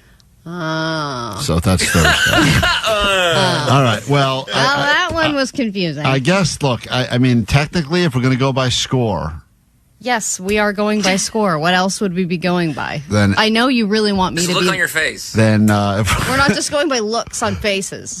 Vanessa, I'll take it. you will be wearing the sash of stupid. I feel very confident about all of my answers. Yeah. I tried my best. Yeah. I mostly got all the math questions correct. Not today. But it's okay. Whatever. Whatever, you fat bitch. Johnny's coming in here to put the sash on you. People can enjoy this on YouTube. There she is. Why are you doing a Hell Hiller salute? Why did you just do that? I was just giving him the... Oh, my God. That was a strange thing. All right. Well, there she is. Now there's Vanessa. Allie, are you sad that you're not wearing it, or are you proud of yourself? I'm proud of myself in a way and slightly disappointed. So it's kind of like just another day for me. I do think that most of the questions were set up to throw me off on purpose. And I asked for clarification on some questions that you just wouldn't even give me, which I don't think is fair. I will say that there were moments where I really, really disappointed myself. Yeah. But I think overall... I did better than I did earlier this week, which isn't saying much. Vanessa, you get a few moments now to speak to the young boys and girls that are going to look up to you since you have won the sash of dumb. You're wearing it right now proudly. It is a little too big for your small body, but what would you like to say to any of the children now that are on their way to school, perhaps? And confused about fish. Children. I was a C student, but look where I am today. So it doesn't matter if you don't know the answers to everything, because you will become somebody, okay? Don't even worry. Just be wrong confidently. Be wrong with confidence, and it will get you somewhere. Yeah. It's our Klein Alley show, about to get into your ADD news, but first, a Goat Line message. Hey, Klein Alley, y'all have me rolling today. What the hell? Oh, y'all crazy. Thanks. You can laugh at us all you want, and sometimes it does hurt our feelings, but what the hell? Why not? That's why we're here. So you can laugh at us and feel better about yourself. That's what that's what the theme for the show has unfortunately become, Allie, huh? Oh, yeah. Yep. We always knew it would go there. You can, we give you plenty of things to make fun of us for, and that will start in moments. But first, your news. Grab your Adderall. It's time for ADD News. So we're only on day 2 of the government shutdown, and already we have planes crashing into each other. Air traffic control is one of the many departments that is furloughing some of their employees right now. It's a department that is already having a lot of issues with tech issues, the system, staffing shortages. Now in New York's LaGuardia Airport, 2 Delta jets collided with each other. This was on the runway. They smashed into each other. One of them smashed the nose of the other plane. The other plane had its wing ripped off. One of them had about 60-ish passengers, and the other plane had about 30-ish, so less than 100 people. Thankfully, nobody was seriously injured. But if this is where we're at on day 2, I can't imagine a potential day 30, and they estimate each day this is costing roughly $1 billion. It's funny because this guy claims, Allie, that your news is bogus, and the story that you just reported on just now, this exact second, was something you predicted would happen yesterday. And yet, this was the call we received between your prediction of what would happen and what actually happened. Welcome to Allie's Bogus News. Dude, come on, man. They're not compared to air traffic controllers. So every plane in the sky just crashes into each other. Come on, you freaking nut job. So this guy's point is that you said yesterday when talking about all the things that would potentially be limited or go away during this government shutdown, you said it would affect air traffic controllers. Well, they're furloughing people in that department. I didn't say all of them are not going to be working. So this guy called you a nut job. Guy called you a nut job, and he said there's no possible way. Which is not inaccurate. One day in, and there's already planes crashing wings on the runway. Yeah, but you know what's interesting is we were crapping on that guy that we interviewed. Yes. And he's the one that would have fixed this situation. This was a runway incident. And the guy that we talked to, who we thought was air traffic control, was in fact in ground control. And he was directing the planes after they land. In this case, one plane was landing, another one was taking off. And that would be the person that would avoid this whole thing. Sure? Is this bogus news? Well, that's what the guy said. I mean, they were on the ground. It's ground control at that point. It's not the air. I'm going to find that guy that Vanessa booked for us the day we really wanted to talk to the air traffic controller. Now we want to talk to him. Now I want to find the interview because there was a moment when we realized he's not actually an air traffic controller, and we are so disappointed sounding. And we both go, oh, okay, well, we got to go. And I think we even tried to redirect it to air traffic, and he just kept putting it right back on the ground. Also want to point out, no knock on Vanessa. He also is not working at an airport in America. He was a ground traffic controller at a small municipal airport in Germany. Yeah, so and I think it was his first year. Yeah, it was a bit of a stretch for an AMA, which is why it never aired. But Vanessa booked somebody. It was recorded. I will say that much. It was great. Yeah, and then she goes, and then after the interview, she goes, how was the air traffic controller? And we go, he wasn't. He did none of those things. Yeah, but you know what? It was an interesting conversation that we're still talking about, which is a win. Yeah. All right, a lost pet is a very scary time for a pet owner, whether it's a dog, a cat, probably got eaten by a coyote if it's a cat, or, as we recently learned, a turtle, a person was recently reunited with their lost turtle. But one person now has reunited with their lost snake, a boa constrictor. The snake was reported lost way back in August, and right when they started thinking, well, that's just another coyote lunch, they found it at an In-N-Out drive-thru. One of the workers saw it slithering in the drive-thru lane, and instead of just moving on with their day, they thought to themselves, I think this might belong to somebody. So they caught it, reported it, and in fact did belong to somebody, and now that pet owner is very happy. And I don't know, I don't want to sound snakeist, but how does any boa constrictor not look exactly like any other boa constrictor? How are you going to be like, here's a snake, does it belong to you? I owned a boa constrictor when I was younger. I would not be able to tell that one from any other boa constrictor that was slithering on the ground. Yeah, but if you live near that In-N-Out location and you were looking for your boa constrictor. It was 45 miles. No, wasn't that Klein's joke? No, that was... I'm pretty sure Klein wrote that. Did I see that in something yesterday? I don't think so. Did you? I think I did. No, yes. Vanessa, please double check. No, I read this in one of the news reports that I did. Wait, I'm going through it right now. I said it was a chocolate and vanilla snake. Oh, no, a snake and shake or something. A snake and shake is even worse. Let's not focus on that. How is the news making better jokes than you? My joke was about their bad jokes. That's what you call meta. It's comedy. KROQ.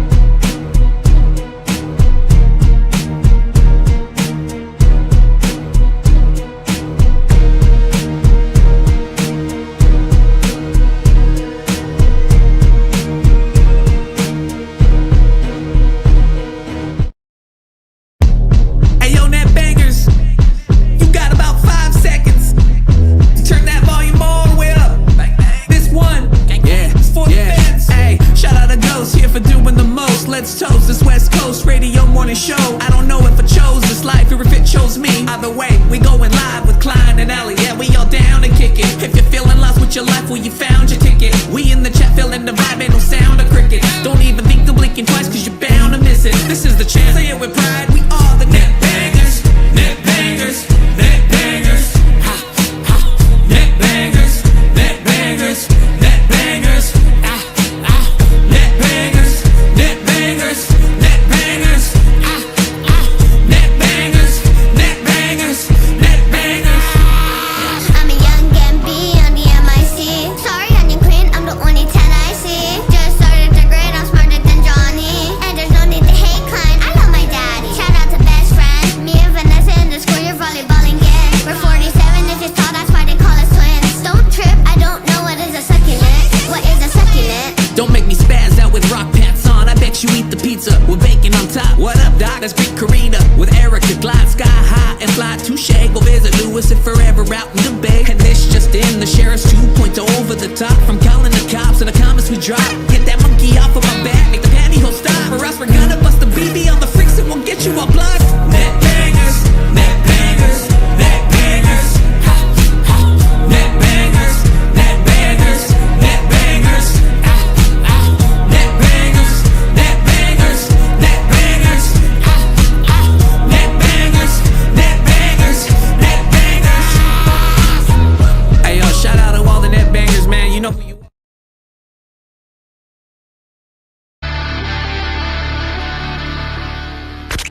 Klein Alley Show.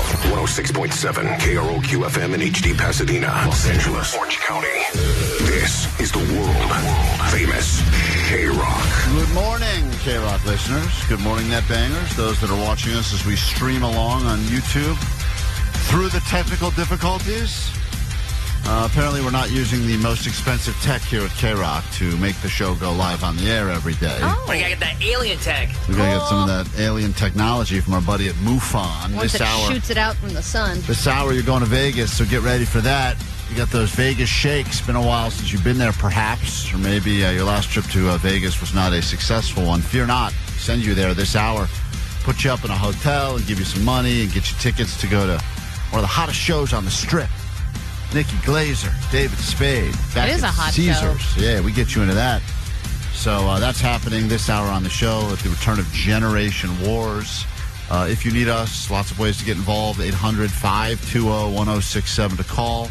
You can also text the exact same number. And there's the GO line, 844-956-GO. Hey, guys, this message is for Fat Klein. Whoa. Is that your new nickname? I don't like the nickname Fat Klein. I don't Why? think Because it's not clever enough? Doesn't rhyme. Doesn't rhyme is the problem. That's the real. Hey, guys, this message is for Fat Klein. He doesn't know much, but he knows food. And because of him, I just tried Jersey Mike's for the first time. I'm out here in Kansas City, and I just had Jersey Mike's, and you know what? It was pretty damn good. Yeah. So thanks for that, Klein. I appreciate it, buddy. Love the show, guys. Excuse me, I'm racist. It's a great one of Allie's quotes there, and I It's stand. different in Kansas City, I would imagine. Sure does. I wouldn't say that. I don't think you would They're say like, that. me too, me too, me too. I think I have an addiction, to be honest. I've been eating a lot of Jersey Mike's as of Oh, late. we're once a weekers now. Yeah, it's too much. No, it's not. Jersey Mike's is great once a week. It's the perfect dinner solution, perfect lunch solution. They have, you could do regular sub sandwich, wrap, bowl, kids meal, regular. You could do that deal that they have after 5 p.m. where you get 2 giants. Yeah, but I got a real problem with that place, and I hate to mention this because I do like the finished product, but their whole system of how they do it is so. What do you mean? They slice it right in front of you. No, because they don't make one sandwich at a time. They make your sandwich at the same time as the stranger's in front of you and the stranger behind you. So what? Because if the stranger in front of me is going with some sort of an Italian hoagie with 9 different slices of meat. Hey, I'm looking the Wakanda. Yeah, that person. And they're ordering. This happens. It's the commercial. Allie, this happens to me every effing time, and I got a real problem with it. And I hate to mention this now because you know me, I love Jersey Mike's, but I gotta wait for them to look. I'm getting just turkey provolone, the number 7. It's great. You don't need anything fancy on that. Just how it is. That's the move. I don't think I've ever gotten anything other than the turkey provolone. You don't have to. It's so good. The guy in front of me decides he's going with the 15 meat Italian hoagie, and I respect him for that decision as well. But Especially still, because the calories are on it. It's like 7,000. And So- he's like, I'll have that. I'll have that, the large one. And then what they do is they take out the turkey, they slice some on his bread, and then they move it onto my bread. My sandwich at that point is almost done. That's 90% of my sandwich. Move it along, pal. All right. Skip me ahead to the register. Well, that Then- guy still has to get a sandwich, though. I understand. He's ahead of you. And then they got to go and pull out. Then they pull out the giant hunk of ham. They got to slice through. Then they pull out the giant hunk of salami. And I'm going, guys. You're behind this guy. Yeah. So behind you're a this. sandwich line cutter. You're trying to cut the line because you got a simple sandwich. That's not how it works. It is how it should work. So why the am I- simple sandwiches go first? You get a better sandwich? I have a already done sandwich, guys. Jake will always defend the multiple meat people. Yeah, Jake's a quadruple meat guy. Listen, I know, and I got no problem with this guy's order, but as soon as you've put 90% of the ingredients on my sandwich, move it, skip it along. I think Subway's got a better system for that than Jersey Mike's Hey, you does. know what bothers me more is when they're making some kind of to-go order or an online pickup That one's order, and I'm crazy. like, whoa, this person isn't even here. Yeah. I'm here, making eye contact with you. That part floors me, and that's not just there. That's a lot of Set it places. aside. Right. You You got guys to, have sandwich entitlement. I don't like it. Jake, priority goes to the person who's standing there salivating. If you're looking at them. You say you want to cut in line. Yeah, I mean, you did. I didn't say cut in line. I said You said cut in Cut in line. sandwich line. The meat people. There's The multiple how do you meters. think You're sandwich entitled, dude. How It's do not you cool. It's not. I'm not sandwich entitled. I would wish the same for anyone. In fact, if I was the guy ordering the multi-meat sandwich and a guy behind me said, I'm just getting turkey provolone, I would either make a big point to say, hey, why don't you slide that guy? Of course No, I you would. wouldn't. No. Yeah, yes, No, dude. yes, I would. No, you wouldn't. Fat boy. Me first. Do you know who I am? My name is Fat Klein. I wouldn't say that. I would move that guy ahead of me, and I would say, and I would yell to the whole line. I would say, guys, look what's happening here. Do you get mad at the cheesesteak people who need theirs to be heated up? Because that's a different delay. That's infuriating. And then also there are people who order the long giant, Right. and they want all four pieces to be different That toppings. part is, they should be. Which I'm like, you have balls to be like, I want a giant, but I want you to make 4 different sandwiches in front of me right now. And guys, I know people. Mark, you're on KROQ. I know people agree. I'm not. You used to make me sound like I'm some sort of a weirdo, but this is how everyone is thinking in line. They're just not saying it. Mark, hi. Hey guys, sweet dibs, net bangers. Sweet Klein, dibs. I Yeah. got the ultimate Jersey Mike's hack for you. If you want to skip the line, just order a hot sub. They write you a ticket and they say go to the register. But what if I don't want a hot Yeah, he sub? doesn't want a hot sub. He wants the turkey provolone. You got to choose. You want to skip the line? Or you want to wait in line? All right, He you're right. wants both. All right, I'm getting a meatball sub. He's You're Mr. 530. Right. Mr. 530. You say I want a hot sub, and they let you cut to the register. And then just get to the register and say, actually, I don't want it hot. I'll let that hot sub hold the hot. You know what I'm saying? All right. You cool it off. That's a good hack right there. Well, you put up with that dumb conversation, so the very least we can do is get you to Vegas. That's coming up this hour right here, Kara.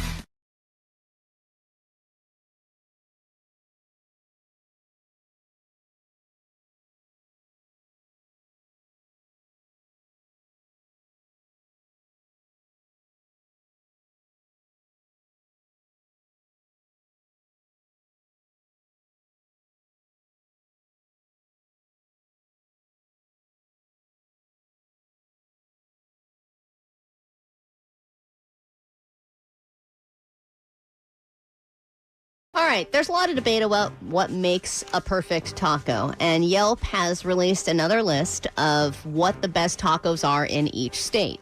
Now, if we go to California, the number one, according to Yelp, best place to get tacos is in Los Angeles. So it's in Riverside County, and it's a place called Birriera Little Tijuana. And apparently that is the number one place, the best tacos in LA and the best tacos in California. And I think that there are a lot of really good places to get tacos, obviously, in Southern California. I mean, there's got to be many, many others, but this place is famous for their birria tacos and their Guys, consomme. Let's get tacos tonight in Boyle Heights. They're the best tacos in LA. No, you know what, Omar? The best tacos are in Southgate. The tacos al vapor there are so good. Guys, if you really want the best tacos, the secret ones are actually at this little place downtown. Excuse me, I thought my tacos were the best tacos. I was about to say that no one can be your seasoning, honey. Yeah, Mom's tacos are good, but the ones in Boyle Heights. The ones in Southgate are still better. We have food at home. Tonight, I'm making the tacos.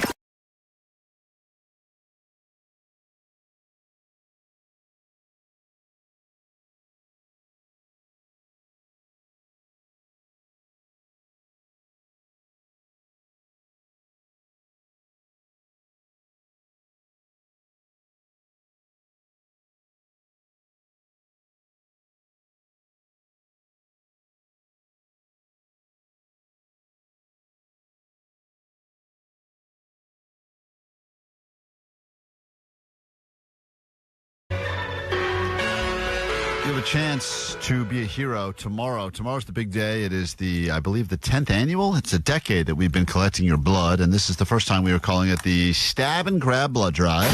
The Stab and Grab Blood Drive. It's happening tomorrow. You can get there nice and early, 9 a.m. sharp, if you want to be one of the first 106 to lock in your tickets to Not Scary Farm, Six Flags. Get yourself the limited edition Klein Alley Show Stab and Grab Blood Drive t-shirt. And then we've got tons of other tickets we're bringing with us. So get there so you can get as much of it as you want. Usually there's a ton of good food there as well. Get your blood sugar back up after you donate. And we kind of don't mention this part, but you get a chance to actually be a hero, save some lives. And per donation, that usually works out to 3 lives you save. Yeah, they said there's somebody needs blood every 2 seconds.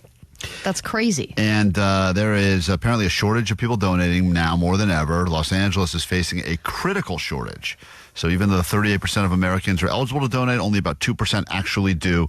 And every year we meet someone at this blood drive that says it was their first time ever doing it. They were scared, all the other stuff. Once you get that ball rolling, though, it's good. If you've never donated before and you get the ball rolling, then every 6 weeks or whatever, 2 months you want to do it, it's a good routine to get into. Yeah, partner up with Cedars-Sinai Medical Center, and it's the KROQ blood drive. It's been happening with our good buddy Dracula Dave. Will be there to oversee, make sure it goes great. And then afterwards, this is kind of cool. After party. You can stick around. Once you're all woozy, you stick around, and there's going to be a street food cinema after party happening from 6 to 10, where they'll be showing the original Halloween. Johnny's going to be there. Postmaster Johnny will be there emceeing, doing some trivia before the movie. That should go terribly badly, but regardless, look forward to that happening. Johnny's trivia. Are you writing the trivia, Johnny? No, they just asked for a body to be there and just be personality. You're good at being a body. Says Johnny will MC trivia before the movie. Wait, yes. I didn't hear what you were saying. Wait, Vanessa's talking to me. Say it one more time. Johnny, do you know what you're doing before the movie? Yeah, I'm going to go down there and be with everybody as they give blood. No. Do you know what you're supposed to be doing before the movie? Oh, yeah, doing the trivia and hosting. Can you give me an example of some of the trivia? Yeah, It'd probably be something like, this slasher movie star, I don't know. I don't know many slashers. I know that they're cool. Is that trivia? Is that a multiple choice, or is that a question? Is that a fill in the blank? It's a fill in the blank. All right. Are slashers cool? Yes or no? Yes. See? Boom. Easy. Here's a piece of trivia. Are they cool? People are going to think that Johnny just gave so much blood, and they're going to realize he didn't at all. Well, anyway, that's happening. Then you can stick around for that as well. So it's going to be, you can make a day of it, make a night of it, whatever. And thank you, Autry Museum and Griffith Park, for having us. It's going to be tomorrow. And then, of course, we do the show here, and we're going to head over there right after the show. So we'll be hanging out as well. And Postmaster Johnny will be there nice and early to work on his trivia, clearly. And we got that going on. Work out the kinks. All the details are up on our socials at Klein Alley Show. But it is happening tomorrow. Tomorrow's the big day.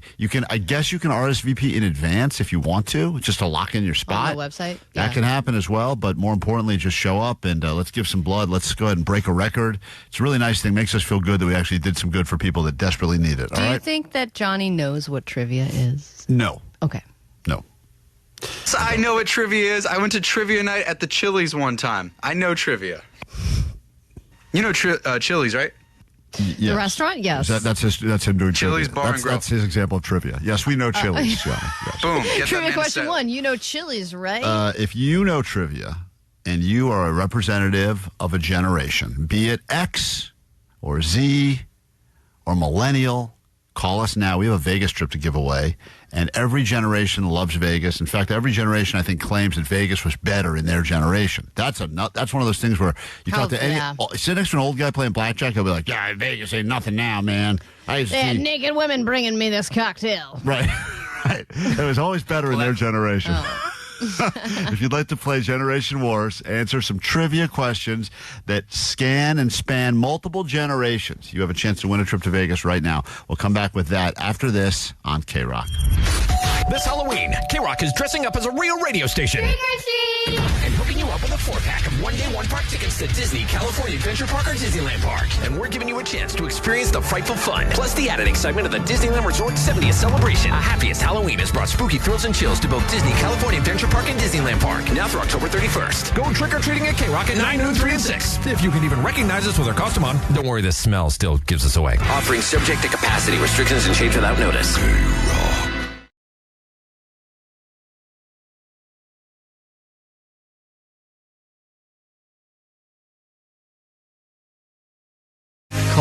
show. We'll get to Johnny Doesn't Know in just a moment. Johnny's in the studio right now. I was asking Johnny if he's feeling smart today or not, and he couldn't even answer that question. So choose carefully when you have to predict whether or not he'll be right or wrong. You know, yesterday, Nicole Alvarez is gone because she doesn't take vacations very often, but when she does... Oh, she takes them. She takes them hard.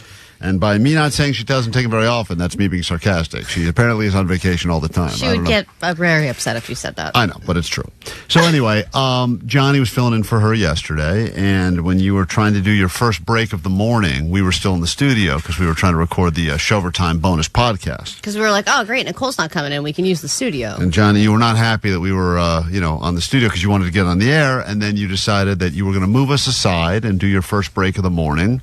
Yeah. And you had a plan, I guess, as to what you wanted to say. You only had, I think 7 seconds in the song to talk. Yeah. And we were like, what are you going to do? What are you thinking? And he was like, oh, I think I'm going to say this is Postmaster Johnny on the World Famous. Right.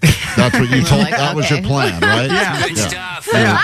What was the first break supposed to sound like? Because I'm going to play in a second what ended up happening. First break was supposed to literally just be like, KROQ's Postmaster Johnny in for the lovely Nicole Alvarez on the world famous KROQ. Right, and you had it timed out all in your head, ready to go. Yeah, said it a million times. Right, yeah. okay. Then what ended up happening is at the last second, Johnny didn't even see this happen, but Omar swapped out the song that was going to play into Beyonce. Omar can control the system. Into a Beyonce song. And I decided to just continue to punch Johnny in the gut. You were tickling me all over. So so that's how I groom boys. So here is here's how it happened. Here's how it happened on KROQ. It's going to sound like quite a train wreck. And this was Johnny's first break of the morning. Ready? We're all going to be on. 106.7. It's the world famous KROQ. I brought some friends with me too. Hey, who put this on? Why is it Beyonce? Wait, hold on, wait. Wait, no, wait, that's wrong. This is correct. It's Postmaster Johnny on the world famous. I brought some friends. You guys gotta stop. The world famous KROQ. You think look at you still trying to get through your line. Still trying to say your line. I brought some friends with me. I brought some friends with me. I brought some friends with me. Dude, can I say, when I drove home, I listened to that. That made me so giddy and so happy because all you guys were there and it was just so fun, and I was just like, damn, I was like, I wish I could do this again. But then later in your break, I guess we were downstairs having a show meeting, and you had a very important job, maybe the most important job you can have as a radio DJ, to world premiere a new song. And I'm sure there were emails about this, right, telling you what was expected? No, I actually got told 3 minutes before it happened. And it's even more of a dumb reason to not do it. You were told 3 minutes. I was told in person? I know. Hold on, Johnny. There was less than 30 seconds. We had a brand new 9 Inch Nails song that we were playing yesterday. Forced memory reset. And I assumed they sent you an email 3 weeks ago and you forgot it, which is I would at least say I can understand. So they came in 3 minutes before the song played and said to you what? Look, maybe I'm wrong, but I don't know. He told me, and then I was just like, yeah, but. What did he tell you? He told me very clearly and concisely, talk into the song and then talk out of the song. He's like, I edited it for you. You're all set, good to go. And in my head, I overthought it, and I was like, oh my God. I guarantee you didn't overthink anything. I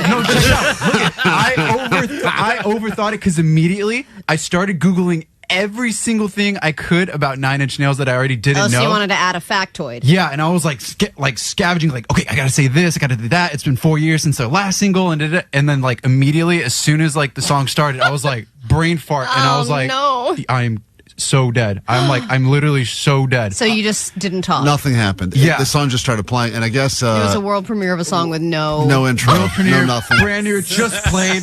I was like, you got to be kidding me, bro. And I heard Johnny was getting scolded. I think Jake said he saw the tail end of Johnny getting scolded yesterday, but apparently it was a real. What did he go? He go in and thrashing. said, I just told you this. He's like, what is going on? I just told you. He's like, I can't do this for you. Jake was so giddy yesterday. I was like, what's so funny? He's like, I just watched Johnny get a new asshole torn. I was like, really? It's great. I don't know why Jake liked it so much. All right, that all being said, Johnny was not hired here for his brain.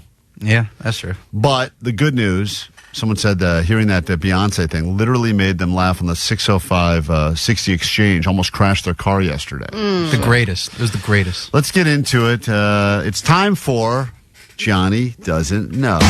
Johnny doesn't know. And I was like, okay. Oh, Johnny doesn't know. I didn't know Vegas was in Nevada for a while. Johnny doesn't know. Johnny doesn't know. Gelato sounds like Jello. Johnny doesn't know. It like goes wiggles. All right, these are all questions that are pretty basic, pretty simple, but will Johnny know the answers? You don't need to know. You just need to. You probably will, but you don't need to. You just need to guess, will he or will he not? And everyone who gets theirs right is going to get a Klein Alley Show Tiny Towel. Someone's going to win a grand prize, I think. So here we go. Jonathan El Segundo, you're up first. You ready to go? Oh, yeah, let's go. Let's all get right. it. Hi, hey, how you doing? Are you ready to lock in early, or you want to hear the question first? Let's hear the question. All right, Johnny. Why do things fall when you drop them? Will Johnny know the answer to this, yes or no? Man, I want to say yes, because, we learned that pretty early on in school. Yes. Yeah, I'm going to have faith in this guy. So you're going to say We have the yes. same day. Out of the gate, you're going to say yes. I think my I'm kid gonna is say- 3 and knows this. Well, you're going to... All right, Johnny, why do things fall when we drop them? When you drop the ball, for example. When you drop the ball on a world premiere, why did it fall? Why do things fall when you drop them? Because they're heavy, and because there's nothing there to catch it. And it's like, are you trying to get at what's gravity? Well, there we go. Like the gravity of it. The gravity of what? The situation? Or whatever you're dropping. Like, I dropped a hammer or I dropped a ball or something. Gravity? Are you looking for gravity? That's what we were looking for. Okay. We're looking for anything to grasp at this point. Looking for some gravity.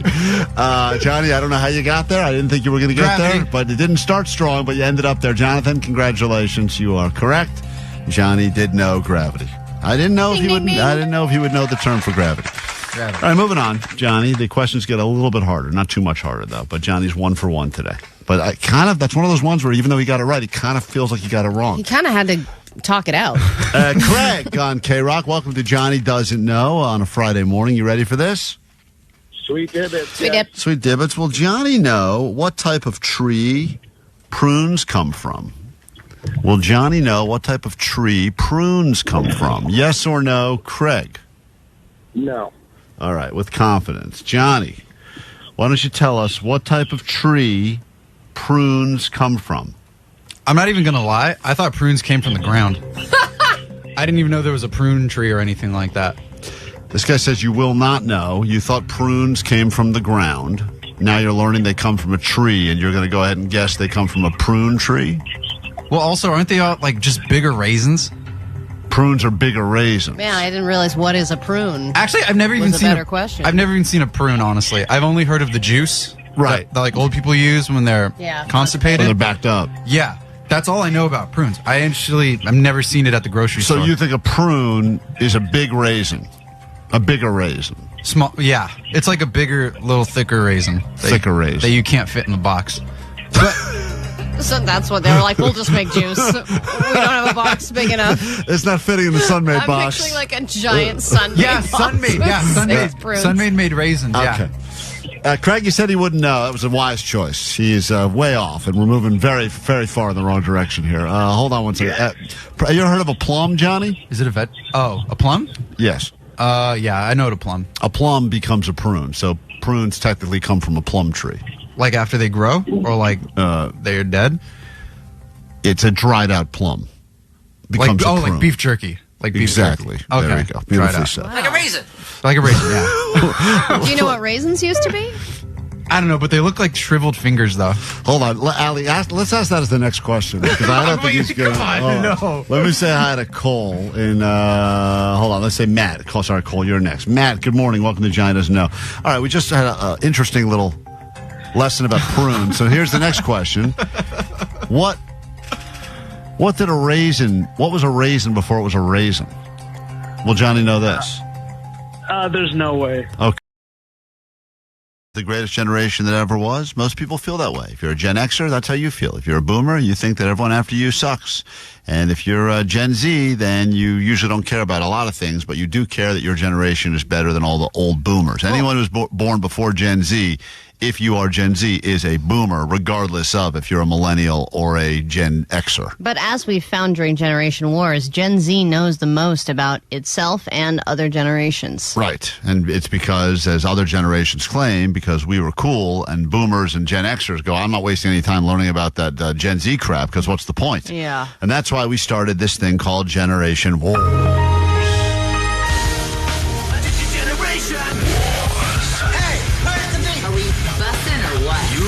And your TikToks. Gen Z is lazy.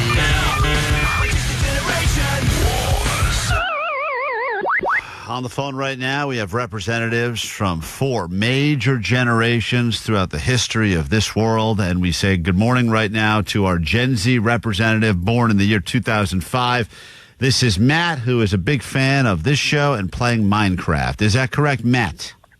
Oh, yeah. Love me some Minecraft. Love Minecraft. How much time would you say you spend on Minecraft? I'd say about a couple hours every day. All right. That is the representative of Gen Z. As we move backwards now, let's say good morning to our millennial representative.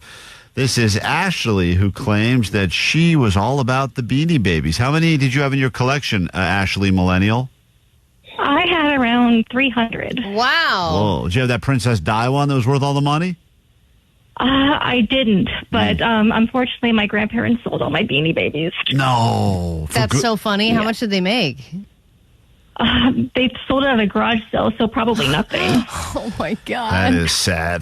Beanie Babies, 50 cents OBO. We move on now to a representative from Gen X, born in the year 1971 and spent most of his upbringing hanging out in arcades. This is Randy. Good morning, Randy. Morning. What is the best Gen X. arcade game that you believe that you've ever played? I like Dragon Slayer. Oh. My parents owned an arcade when I was a kid. Well, previously it was a bar, and then they lost their liquor license, and we had a bar and then an arcade for a long time, so I lived there. That's cool. It's a pretty great story. And finally... That's such an 80s story. Such an 80s story. They owned My parents owned an arcade. But that's the right time to own an arcade. I mean, at least it seemed like it was profitable there. I still remember the best birthday party I ever went to in my entire life. This kid, Ethan. I wasn't even friends with him, but I got invited to his birthday party. They just took over an arcade, and they gave everyone just a giant Oh, my God. bucket of quarters. Free money. It was the greatest, probably the greatest day of my life still. All right, and then we say hi to Peter. He is a boomer, born in 1963, and he claims that he loves Facebook. Hi, Peter. Hey, good morning, guys. Thanks for joining us and representing all the boomers. Oh, yeah. Which generation do you hate the most that you're on the phone with right now? I can't say my wife's generation because she's Gen X, so I'm going to go millennials. All right, fair enough. How's Facebook doing, by the way? Oh, it's great. You know, I'm addicted to it, and, you know, always will be. Here's what's going to happen, guys. We have a great prize up for grabs. The winner of Generation Wars will get themselves a trip to Vegas that will be complete with cash to get there, 2-night hotel stay, tickets to see Nikki, Glaser, and David Spade, and all the memories that you can fit into that 48 hours in Vegas. So here's how Generation Wars works. I've got a bunch of questions here that will literally cover all of your generations. You can answer. All you have to do is lock in by yelling out your generation. When Allie calls on you, make sure she calls on you. Then you have a chance to answer for real. There is stealing available. We'll get to that if it happens. And at the end, we'll see who has the most points. Question number 1. Get ready. Once again, Peter, you're yelling out Boomer. Ashley, you're yelling out Millennial. Randy, you're yelling out Gen X. And Matt, you're yelling out Gen Z. Question number 1. What sneakers did Marty McFly wear in Back to the Future 2? Gen Z. Go ahead, Gen Z. Were those the Air Max? That is correct. Nike Air Mags is the answer. Congratulations. 1 point. We move on. Which perfume was promoted with the slogan, "She's a lady"? Gen X. Go ahead, Gen X. Chanel number 5. That is not right. That's the only guess I had. I don't know. Anyone have a guess? She's a lady. She's a lady. Klein number 5. That's correct, Jake. No, the correct answer is Charlie by Revlon. Oh. That was a big question that should have been answered by a Gen Xer. We move on to your next question. Which fashion fad had kids collecting stretchy, colorful bracelets shaped like animals? Gen Z. Gen Z, go ahead. Were those silly bands? That is correct, Wow, Gen how do Z. you know that? Silly bands with a Z. And we move on to your next question. Which commercial introduced us to the phrase, wasa? Gen X. Millennial. Go ahead, Gen X. Budweiser. That is correct. Nice. Allie, let's get a quick score update as Yeah. I enter the next page of questions. Well, Gen Z Matt is leading with 2 points, and Randy, the Gen Xer, has 1 point. Everyone else is at 0. Here we go. Which PSA told kids that, quote, knowing is half the battle?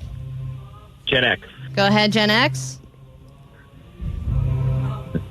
Something about drugs and... No. That is Gen Z? Gen Z for the Boomer. steal. Go ahead, Gen Z.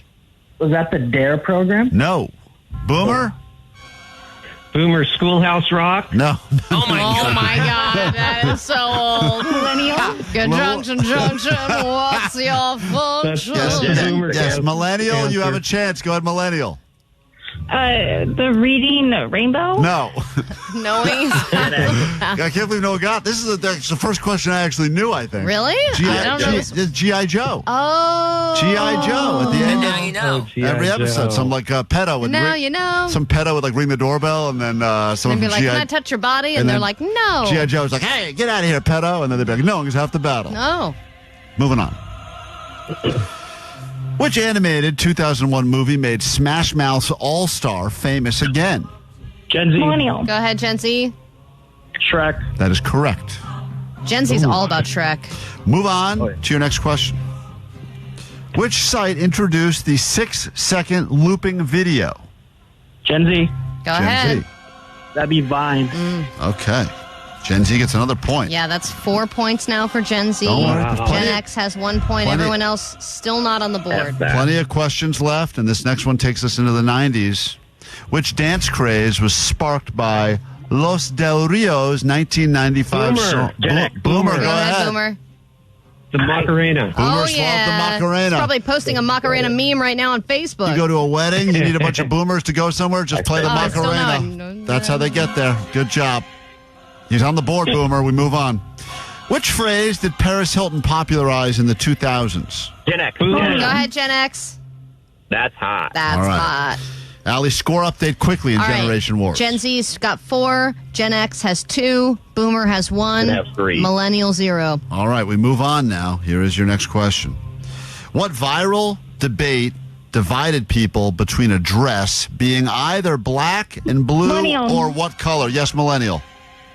It was black and blue or white and gold. Millennial is on the board. Nice. Congratulations. 1 point, Ashley, the Millennial. And we move on now. Hey, everyone's got a point on the There's board. still some questions. There's still enough questions left that anyone could win, but we are entering the final few pages. So here we go. It's Generation Wars on KROQ, a trip for Vegas on the line. Every generation feels that their Vegas was the best Vegas. Here we go. What word puzzle app went viral in 2022 with green and yellow squares? Millennial. Millennial, go ahead. Words with Friends. That is incorrect. Oh, man. Gen Z. Is that Wordle? That is Wordle. Still play every day. Moving on. Which couple officially made up the power couple known as Benifer? Boomer. Millennial. Boomer, go ahead. It was Ben Affleck and J-Lo. That is correct.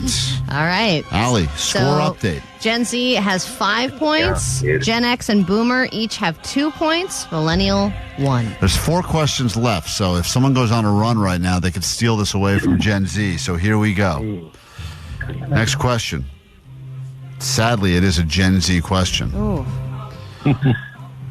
What trend involved chunky plastic croc charms? What were they called? Gen X. Go ahead.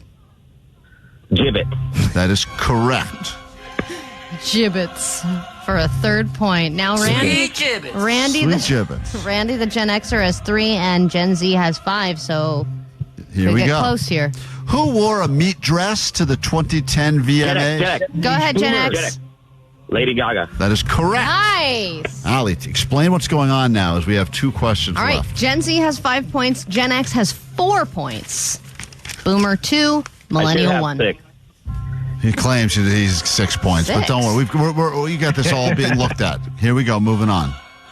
Why would someone use the phrase "on God"? Gen Z. Gen Z, go ahead. To tell the truth. All right, that is the correct answer. They are swearing by whatever they just said. And I think, Allie, is that the nail in the coffin? Yeah. Wow, guys. I'll give you the last question. It doesn't matter. Green tea, trendy drink is the new essential for starting your day. Gen X. Gen X, go ahead. Matcha. Yeah, matcha. Matcha for a second place finish. Guys, when all is said and done, our Gen Z winner from the year 2025 is Matt. I rang in before. Oh, boy. Don't make us hate you more. Congrats, Matt. That's spoken like a true boomer right there. Yeah. All right, Matt. Hey, listen, I've put everyone else on hold. This was a real battle. It always is. You are going to Vegas. Enjoy yourself some David Spade and Nikki Glaser, and congratulations on winning Generation Wars. What would you like to say to all the other Gen Zers listening right now? Tell them that Vegas is awesome. I love Vegas. That what? What? Say who? Vegas is awesome. Tell them that Vegas is awesome? Yeah. That's your message of inspiration for your generation? Yeah. And so go to Vegas. I understand it. Hell yeah, brother. Am I supposed to get something, or is there nothing to get? On God. What is happening? That's congratulations. Black flag. Well said, Vanessa. That's inspiration.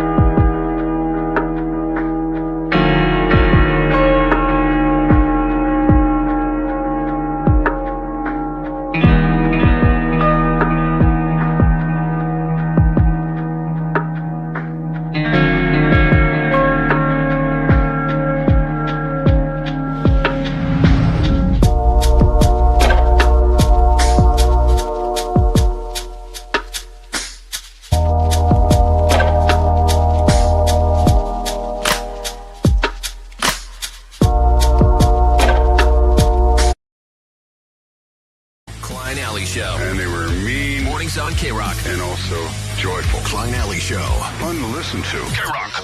KROQ. Just some takeaways after this Evanescence song. If you got them, you can get them to us right now on the text line 800-520-1067. And then the big bet about tonight's game.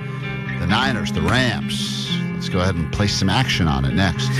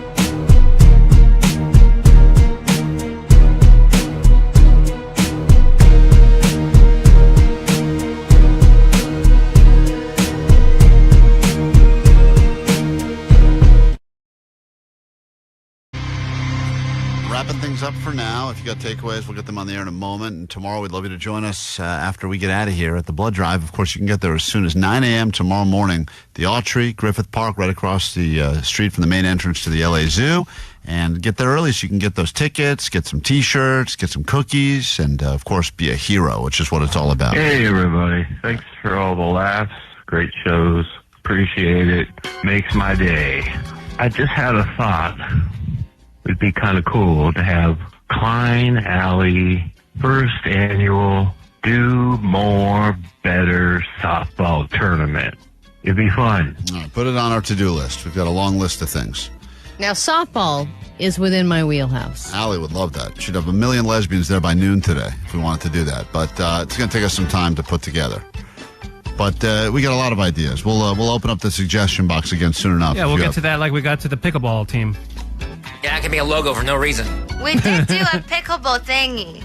Yeah, We never did it. We did a pickleball thingy. Allie got beaten by those children. But we never did our own team. That's true. Well, Oh, I because see, yeah. because the courts were booked up. It's impossible to get pickleball courts. It's not we didn't put a lot of effort into it. I did. Vanessa did. Yeah, the Bodgers. Yeah. Vanessa was stressed about it, weren't you, Vanessa? I was. Next That's why year- I said we did do a thing. Next year we'll do a pickleball thing. You guys need to do more better. Yeah, okay, let's not end the show with all this negativity. It was all going What great. else didn't we do? There's a lot of things, a lot of crap we talked about that we never did. And then there's a lot of things we actually do that I'm shocked about. Yes. Like the blood drive tomorrow. So show up and details up on our socials, Klein Alley Show. All right. Like a wax strip bit. We did the wax strip bit yesterday. Oh, I know. Thank you. We're not doing that And our again. boss loved it, okay? We're going to do it again tomorrow. Do it again What's our every day. boss sound like again? I forget. Allie, take away. What do we got? A1A, my takeaway is Maxwell House Coffee is now Giselle Maxwell. I've rebranded. Very, very edgy. Into a terrible joke. 213, my takeaway is Katie taking care of cooking would be unhelpful to Allie. Yep. 213, my takeaway is Jake Shack Grounds. Jake Shack Grounds. 310, my takeaway is Selena Gomez and Benny Blanco like fishy caviar. I can't believe I got to eat their wedding food. I know. 3 days after the fact. Yummy. Yeah, how long does that keep? I don't know. As I was eating Did it, he have it refrigerated? he had it in a On cooler ice. with ice cubes in the cooler. But I don't know how long he's been carrying that around. Oof. He's never going to finish it. How far was the wedding ahead of time? The wedding It was was over the weekend, and I ate the caviar 2 days ago. You should try to sell it on eBay. Oh, those little... Oh, man, that's a great Seriously, idea. they would make so much money. Benny why is Blanco he and eating Selena it? Gomez is a thing. They probably dipped and ate out of it, too. Like one little piece of the caviar Right. from their wedding. I can't believe I ate it all. Such a stupid idiot I am. You Should've ate sold your it. money. Should have sold it. 626, my takeaway is On God, Vegas is awesome. 415, Fat Klein is a sandwich line cutter. And No, I'm 213, not. I want to be, but I'm not. Vanessa's family is all drugs, no hugs. That's a beautiful takeaway. Jake, you got a takeaway? Yeah, if anyone knows who books the Chuckle Hut in Glendale, I'm looking to do a spot. Yeah. Guy was so disappointed earlier. I Allie, do not want that in any way. Allie, takeaway? My takeaway is UFO hunters have a 1 in 10 chance of having a wife. Oh, it's amazing. That was a crazy interview. If you missed that, there's apparently a thing heading our way that you should be very aware of. And we Good learned stuff. all about it from our MUFON alien UFO expert. Omar, takeaway? I have two takeaways. One is Butt slug. Ah, the nice. We next got another is one. words are hard. Well, so there's all right, well, Was that today's show? I had to formulate my thought. Man, that took a while to formulate. And now instead of just plowing through it, I just am pausing. Let me hear what she did again. She's trying to pull like an Obama, but she can't do it well. Totally. Well, so there's listen. Man, you're like slow Obama.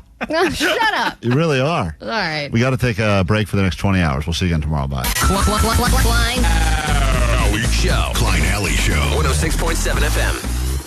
KROQ.